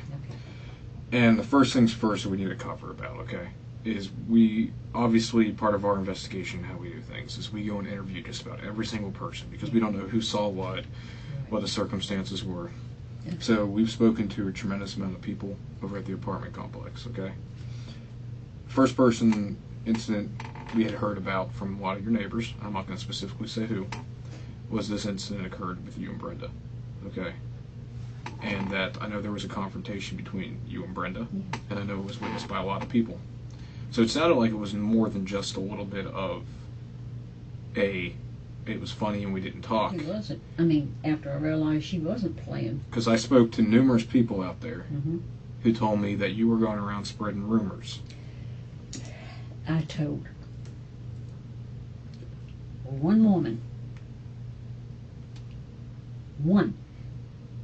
And then that woman confronted Brenda. Yeah. Because anytime there's an allegation now, it wasn't just about being elbowing in that. This person you're obviously close with, and you know it as Marilyn. Yeah. And Marilyn told me y'all are good friends. We're good friends before all this. We were. And here's the issues I have, okay? you gotta understand this, Yogi, Go ahead. is that the situation you told me with Brenda is completely different than what you told Marilyn. Marilyn has no reason to lie to me. Okay, Marilyn seems like a wonderful woman. Okay, and she told me you said something completely different, that Brenda groped you, and then she approached you about it, and you were a lot more specific than putting your elbow in. Did you? No, wait a minute. Do you felt like you maybe fabricated a bit? No, the elbow was true. And then, as I was getting to, she did, like, just under here, cut my breast. Now, she did touch my breast. And that's where she made a mistake. It's one thing that I think you're kidding around, but she did touch my breast. Let me ask you, Yogi,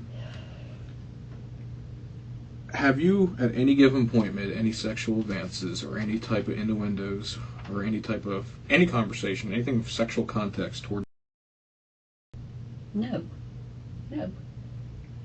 God, no. Like I said, numerous. We talk to just about every person. Okay. Mm-hmm. And the issue and concerns we have here is that we have a man who's hurt. Mm-hmm. We have a statement provided by you and a statement provided by him. Remember how you talked about he said and she said? Mm-hmm. And that's unfortunately where we sit at. But we have numerous witnesses Mm-hmm. indicating that you have had made advances. You gotta be kidding me. I'm not kidding you. I don't bullshit. You know, I'm not saying you're a bad person or anything. I just need to know the full truth and absolute truth. Helen! Listen, Yogi, it's not calm I down. know, I gotta calm down. Listen, the reason we're in here is just to get all these little details put out, and I'd rather it be done now. That way I can take care of this case appropriately. You see what I'm saying? I can't do nothing about it if I don't have the full truth. Okay. At any given point, did you want to have relations with? No. Did you come? You know, did you find it fun to be flirtatious with them? No. At any given point, and I'm going to get into some specifics, and it might make you feel uncomfortable. Okay. Okay. At any given point, did you tell that you were still sexually active at your age? Yep. And that you had a sex toy, specifically a pink vibrator? No, I would have never seen it. Have you told anybody that? No. Do you own a pink vibrator? I'm Yeah, sorry. because one of my girlfriends went with me, and how stupid can you be? I guess what Yogi and I did. But you haven't told anybody that in your apartment Oh, complex? God, no. I would never said anything. I let Judy, and I said, Judy, keep your damn mouth shut. Okay. Have you made any attempts to hug or kiss? No, never. Okay. Have you attempted to be, like I said, it's very important that we get all these details. It doesn't mean there's anything wrong. It's just important that I know the full truth, because I have to be able to build a narrative that makes sense. Because the actions that happen have to be justified. You understand what I'm saying? I have received numerous witness statements from many people, and I'm not going to get into specifics about who these individuals are because this is still an active case, that they were approached, had provided much information that you had been a little flirtatious with him, maybe liked him a little bit more. And this is all prior to this incident. It's okay if you were. It doesn't justify the action. Does that make sense? I did not do that. Have you been flirtatious with anybody else at the apartment complex? No, never. I wouldn't do that. I don't care. Do you have any interest? Because obviously talking to witnesses there, they informed me about a pest control guy, you being flirtatious with him. And I spoke to him. And he told me that you had become a little bit more forthcoming. You know, you were a little bit more sexual in context and had made advances. Is that true? I had made what? You know, just kind of flirtatious advances. You More know- innuendo based. Is that? Joe? Yes. Is that true? No, it's not true. Did you at any given point have any type of, wanted any type of relations with Craig, your manager? No. You, at any point, had you spoken to Marilyn and informed her that, you know, you kind of, I hate to use the word crush, that sounds so juvenile, that you had a crush on Craig and that you were cooking No. meals for him? No. Well, Craig told me that you were bringing meals over to him every single day. Is that true? No, that is not true. Okay, can you annotate or give me some details on why people would be Marilyn? saying all these things about you? within 6 months that I have moved there. I did not know until my next door neighbor, Mary, was here and was on my front porch. And the one that probably started the rumor, which I didn't know that well, was Judy. They both have since moved out. And we're just standing there looking out, talking, you know, we got along. And Judy says, well, Yogi, you do know that everyone says you're having an affair with Craig. I went, what? I was hurt. Well, here's the thing. Why would Marilyn bring this up? And I'm going to create her Because I name did tell Marilyn. I told her about the incident between me and Brenda. And then you also told Marilyn about how she told me specifically exactly what you said, that you were going to go, you wanted to know how to do some recipes because you want to cook some meals. And Yeah. she said that you couldn't ever really get it quite right where it needed to be, so she would help you. And she even got to the point where she was making meals for you to give to Craig. And she said that you're very specific. Listen, it's gossip, it's rumors, that's how it works. But the problem I'm making, the issue here at hand, is that I have all these people telling me stuff that you're denying, but there's a consistency between them all, and I'd rather you just be forthcoming with me if that's the case, because this has no relation to the fact of somebody trying to take you forcibly. All right. Have you been flirtatious with anybody there? No. Have you, at any point, fabricated any type of incident between you and Brenda? No. Did she grope you? Yes. Okay. The night of the 25th, when you see, you're sitting on your front porch, and you see him, And I went in. and you went inside. Do you remember talking at any point? If I were to tell you there was a doorbell camera that has audio from the incident, would it refresh your memory that you said something when he was at the mailbox? I didn't go to the mailbox. Well, when he was out there, I should specify. You know, in the courtyard? Yeah. Did you say that I have a gift for you, or I have something for you? Do you remember saying that? I want you to recall in your memory.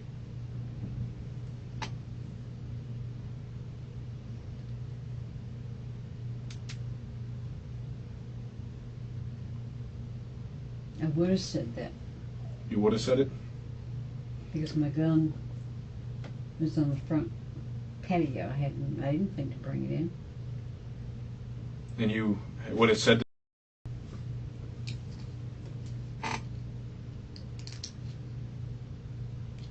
To have kept him there, not that he was going to leave.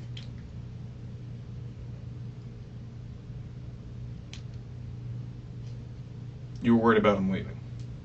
Yeah, I didn't want him to leave. Why didn't you want him to leave? It's Because I important we knew- get all Because the I felt devils like in the he details. was not going to leave. He was back to start again.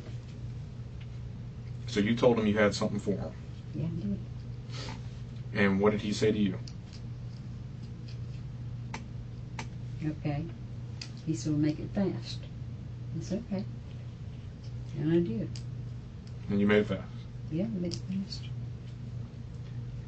Did you think you had something like you maybe mail a box for him or something in those terms?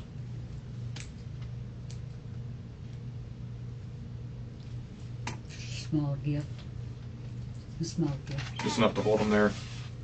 Yeah. And you were trying to hold him there because he had a warrant. You wanted law enforcement to get there, right? Yeah. And I thought when I called them, they would come right then.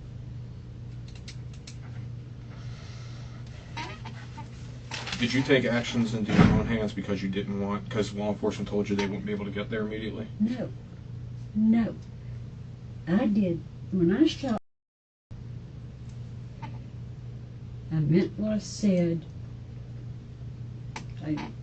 I know I couldn't, I don't know what I said to him, but it wasn't going to happen again.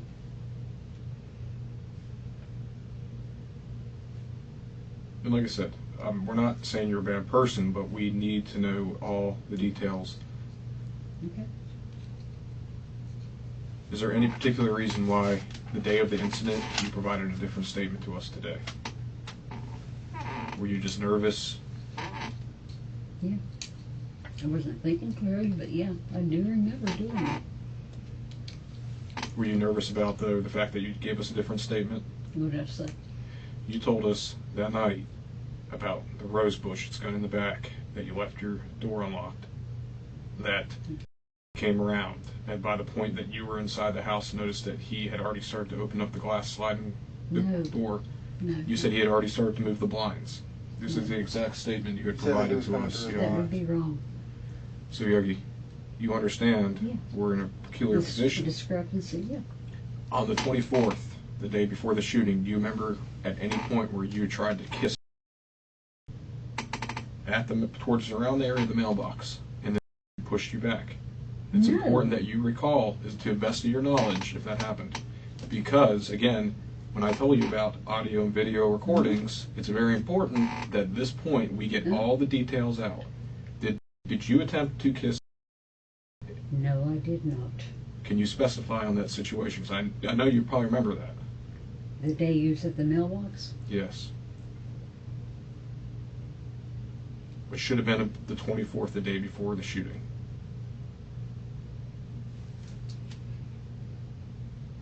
After the first attack. Yes, ma'am.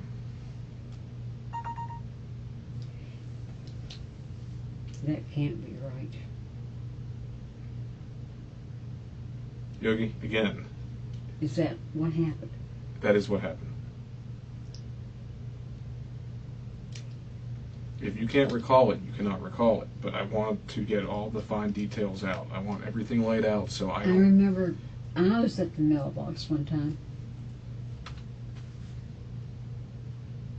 He came in from work, and we had a confrontation. And he said, "I heard that you said something about me." I said, "No, I didn't. No, I didn't." I told one friend, Sandy, in the very end. Just to show her.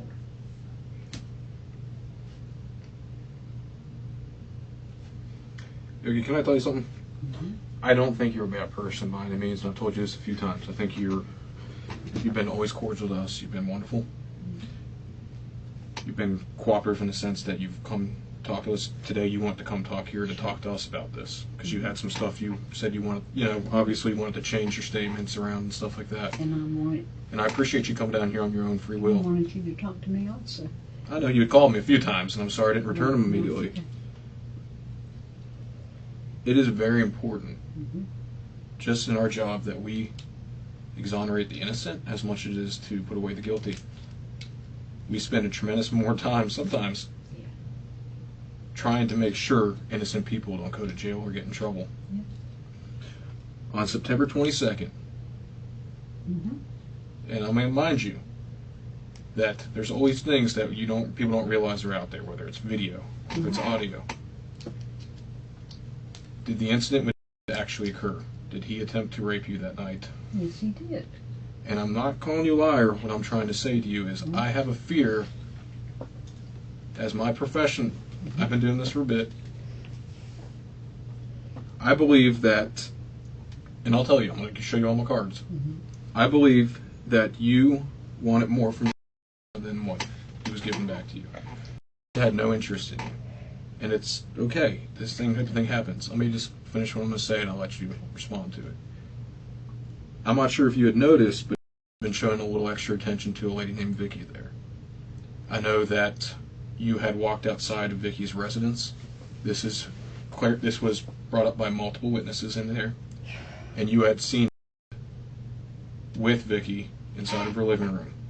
This obviously upsets you because you paced back and forth multiple times. It's okay. Let me just finish and I'll let you respond. I believe that this incident blew up way more than it should have. I believe the reason why you didn't want to report this to law enforcement was because it didn't happen. I think you wanted there to be repercussions for... I think you wanted him out of the apartment complex because you were upset with him. And I can understand why you didn't want to report this, because you know the turmoil would have been cross-checking facts and evidence. All right. Would you say that is a true and accurate statement? No, it is not. Then can you annotate what parts of it are incorrect? I knew he had a date with Vicky. I only know Vicky from talking to her. I know that however it came back to me, he had gone to her apartment prior, whatever. He had met her, but Vicky had told Brenda, blah, blah, blah. Of course, everything you say spreads like wildfire. He had gone to Brenda's door, knocked or whatever, and made some kind of comment to her. He'd like to get to know her better. That was it. That was all I ever heard. Well, I understand that, and that's my issue I'm having here, Jimmy. And the issue is that I look at this more as a fatal attraction. Okay? I believe in these circumstances that did not do what you said happened on September 22nd. Why would you say that? I can tell you that medically, it is impossible for him to have any type of sexual intercourse. And there's documentation. Let me just allow me to speak with this. You informed nobody else about this sex toy, about any allegations. Why is it that all of coworkers had heard this statement, had heard about how you had been following him around, how you had been stalking outside prior to this, and he had no contact with any of his coworkers in the hospital? There was a correctional officer sitting on him 24 hours a day, 7 days a week. Yogi, this is a time that we can fix the problem we have now. And before we dig that hole any deeper, again, I'm going to tell you right now, I don't think you're a bad person. I think that Craig overstepped and kind of convinced you to contact law enforcement that when the only thing you wanted initially was for to leave. He did leave. Did the incidents on September 22nd actually occur? Or did you make this story up and it got blown out of proportion because Craig got involved? No.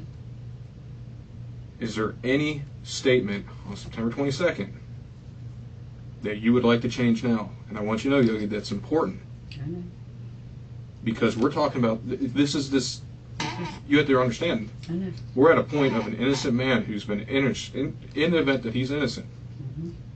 He's injured in a hospital. He has life-debilitating injuries that he will never be the same again.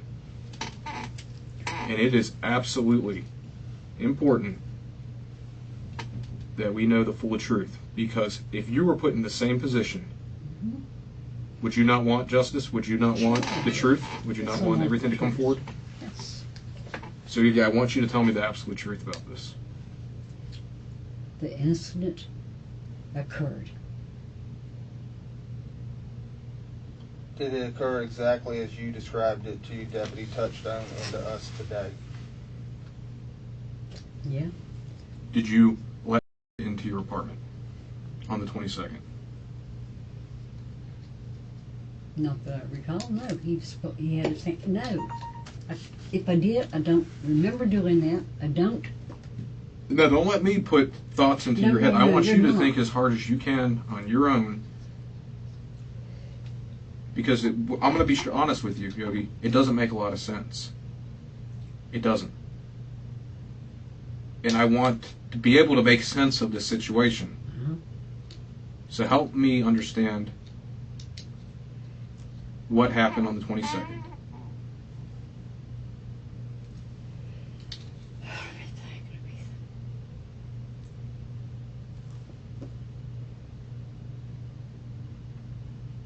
This is the perfect opportunity for everything to be put out. I'm trying to get it right. I know. I call it tabula rasa. It's a clean slate.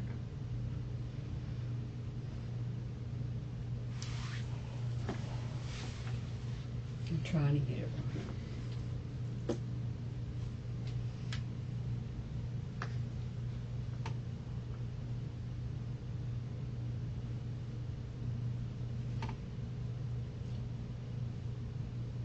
Did I let him come in?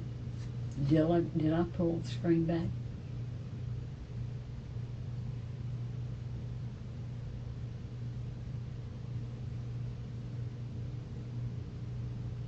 It's possible I did. It is possible. It's very possible. Did you have any type of feelings of affection? Nothing. Nothing. What would have been you reason for inviting, if you said it's possible?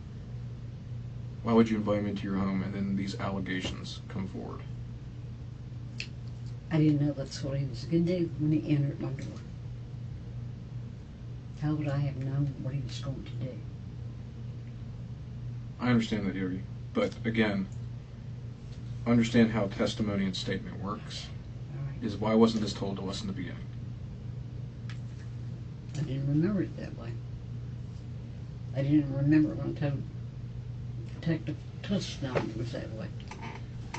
Yogi, Yes. let me ask you, Okay. and again, I cannot stress or harp enough when it comes to evidence. Mhm. When you came in here on the 25th, Mhm. Investigator Timo brought to my attention that you lacked any injury to your arms or your wrist. Yeah. Is what, 250 pounds? He's a heavy man. Yeah. Him placing his weight onto you, and you even stated how frail your wrists are, now your extended age. Mhm. No, there's no bruises or anything left. But do you understand how easy it is to bruise, especially when you're 7 years old? You had no signs of no injury. No, I didn't. Those would stay with you well over that time period. Mhm. What I'm fearful is I don't want you to walk out this door today Mhm. without telling me the absolute 100% truth about what happened on September 22nd, because I don't think he attempted to rape you that day. What if I told you it wasn't even there? He was there. What did you do on the 22nd then? Because it wasn't this incident. It was there. I'm telling you, based off of everything we have in this case, this incident, the way you're telling it, didn't happen. What do you mean it didn't happen? The way you're telling it, I need to know exactly on the 22nd. You said at first you were in the bathroom, you thought you heard the sliding glass door. Now you're telling me that there's a very good possibility you let. It was in the bathroom.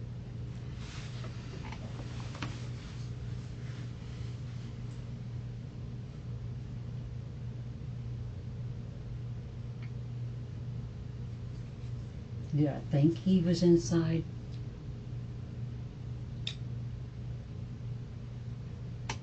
Yes, I thought he was, but he wasn't. Now I remember putting it together. I can understand that.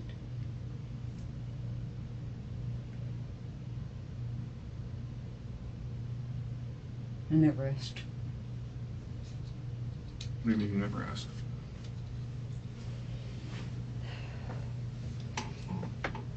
The rest is not wrong. It's not wrong.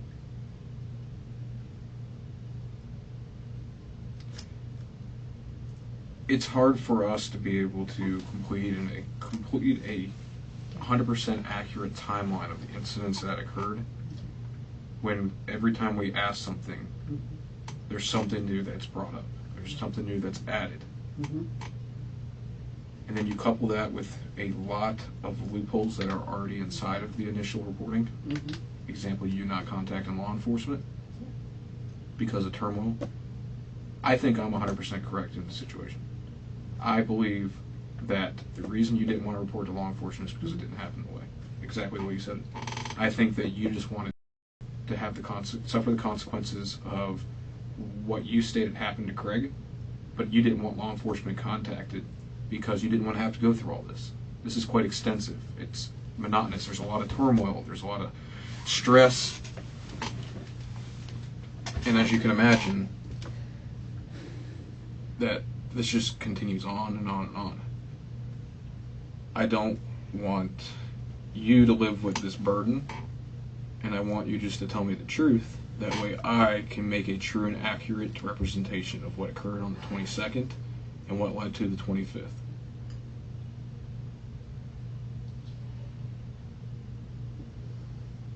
I'm trying to put the pieces together. I know, Yogi.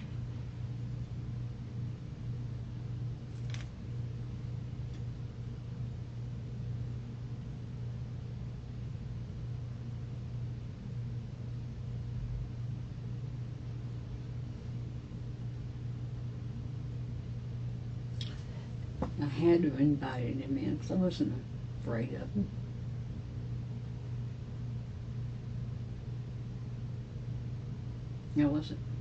I wasn't concerned about that.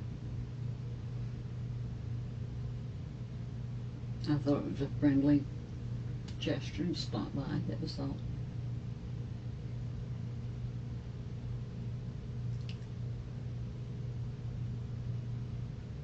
But I never meant for it to go the way it did. Which way did it go, Yogi? What?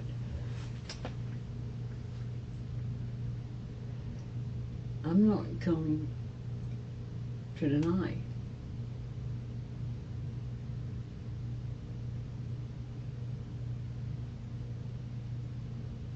What happened? I'm not. Then what way did it happen? That it was attempted work. But you said you didn't intend for it the way to happen like it did. I need to know exactly, detail for detail, what happened. It has to be consistent. I'm trying. We talked.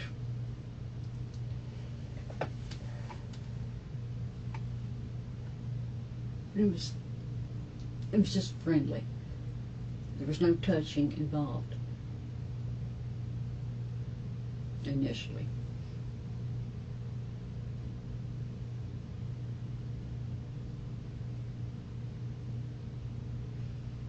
And he did put his arms around me.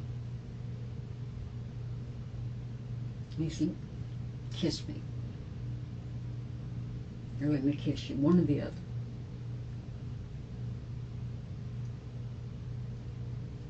His arms were already around me.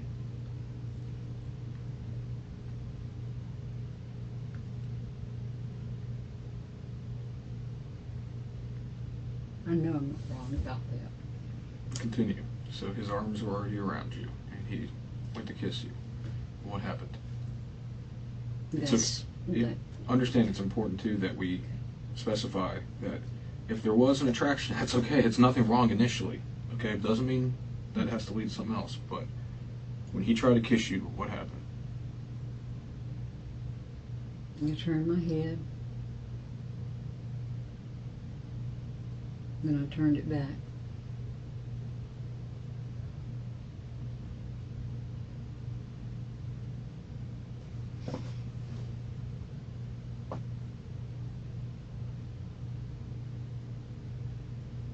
He did kiss me, but it wasn't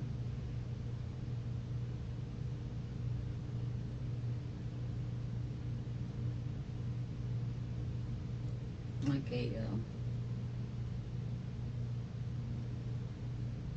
maybe it was, I don't know.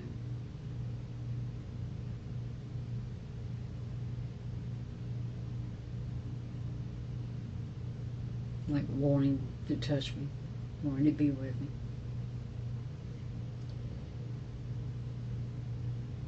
And I said no.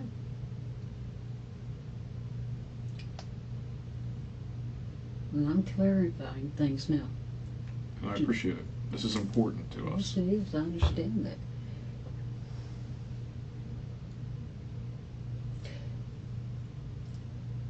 I did not make it up. Parts I've told you about the bed. I can't make it up. I did not make it up. I did not want to call 911 because I knew anything like this was going to lead me right here to where I am. His words in verse 9.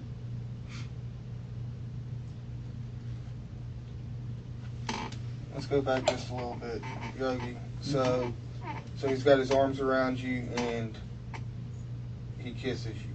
Mm-hmm. Then what? That's when laying on the bed. Okay. You laid on the bed, or did he throw you on the bed? Laid me back on He the laid bed. you back on the bed. And what happened after that?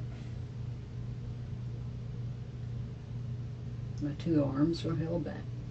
One hand.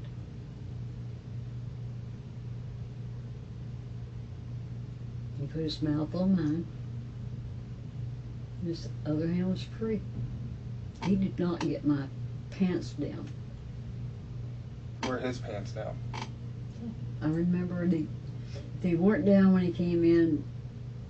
He brought them down inside. And I thought, you gotta be kidding me. That's what I thought. Couldn't say it.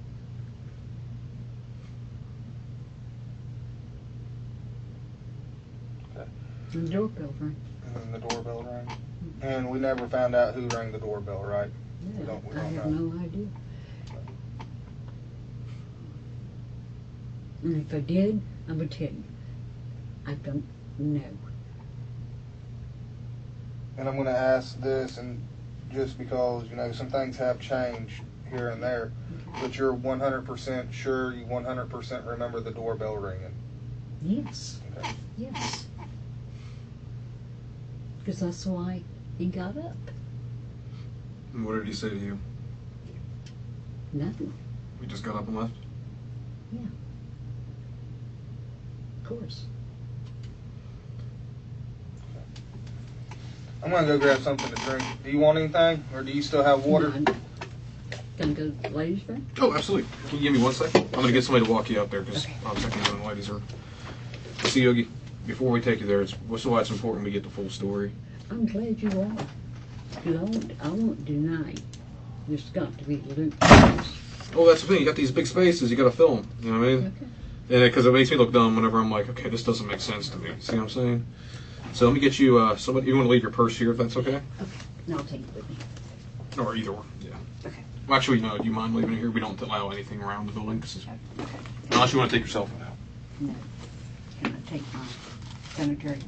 Oh, yes. I'm sorry. It's not something different. No, you're absolutely no, good. It's wipes. If you want to sit here for 1 second, actually sit in this chair right here. And let me go get somebody real quick to walk you over there, okay? Yeah. If you don't mind, real quick, just go ahead and if you want to get your bag here, because like I said, we got, what do you look for? Where is my form? I don't have. Sorry about that. You do have, oh, yeah, you do have your glasses on, sorry. I'm sorry. I didn't know I thought you were asking me if you went out with glasses on. I was like, I don't remember if you were wearing them or not. Okay. We're finalized here. Like I said, I think we have enough of the statement and story to be able to plug in those empty spaces we had, okay?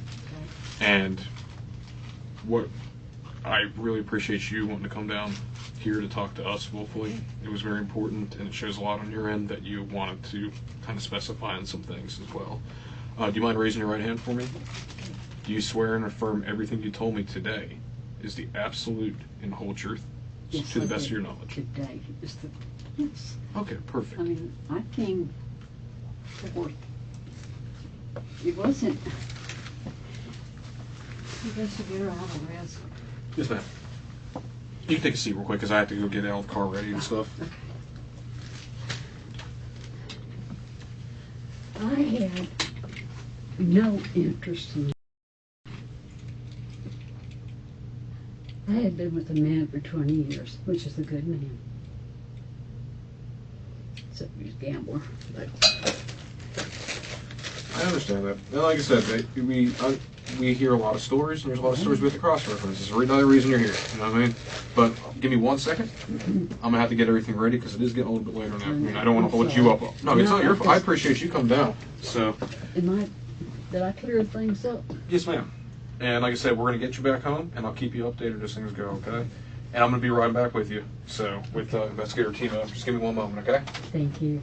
In November 2022, a judge sentenced Yogi Buschbaum to life in prison for attempted second-degree murder. Under Florida's 1020 life law, she'll serve at least 25 years before she's even eligible for parole. And there's one more thing. Investigators later learned the apartment manager knew about Yogi's mental illness and her history of filing false reports, and helped her build the very complaint that got David arrested. Nearly 5 years later, a jury awarded David Saldana $50 million, one of the largest verdicts in the area's history. He still lives with PTSD and permanent damage to his body. She wanted him to want her. When he didn't, she nearly killed him for it, and almost got away with calling it self-defense.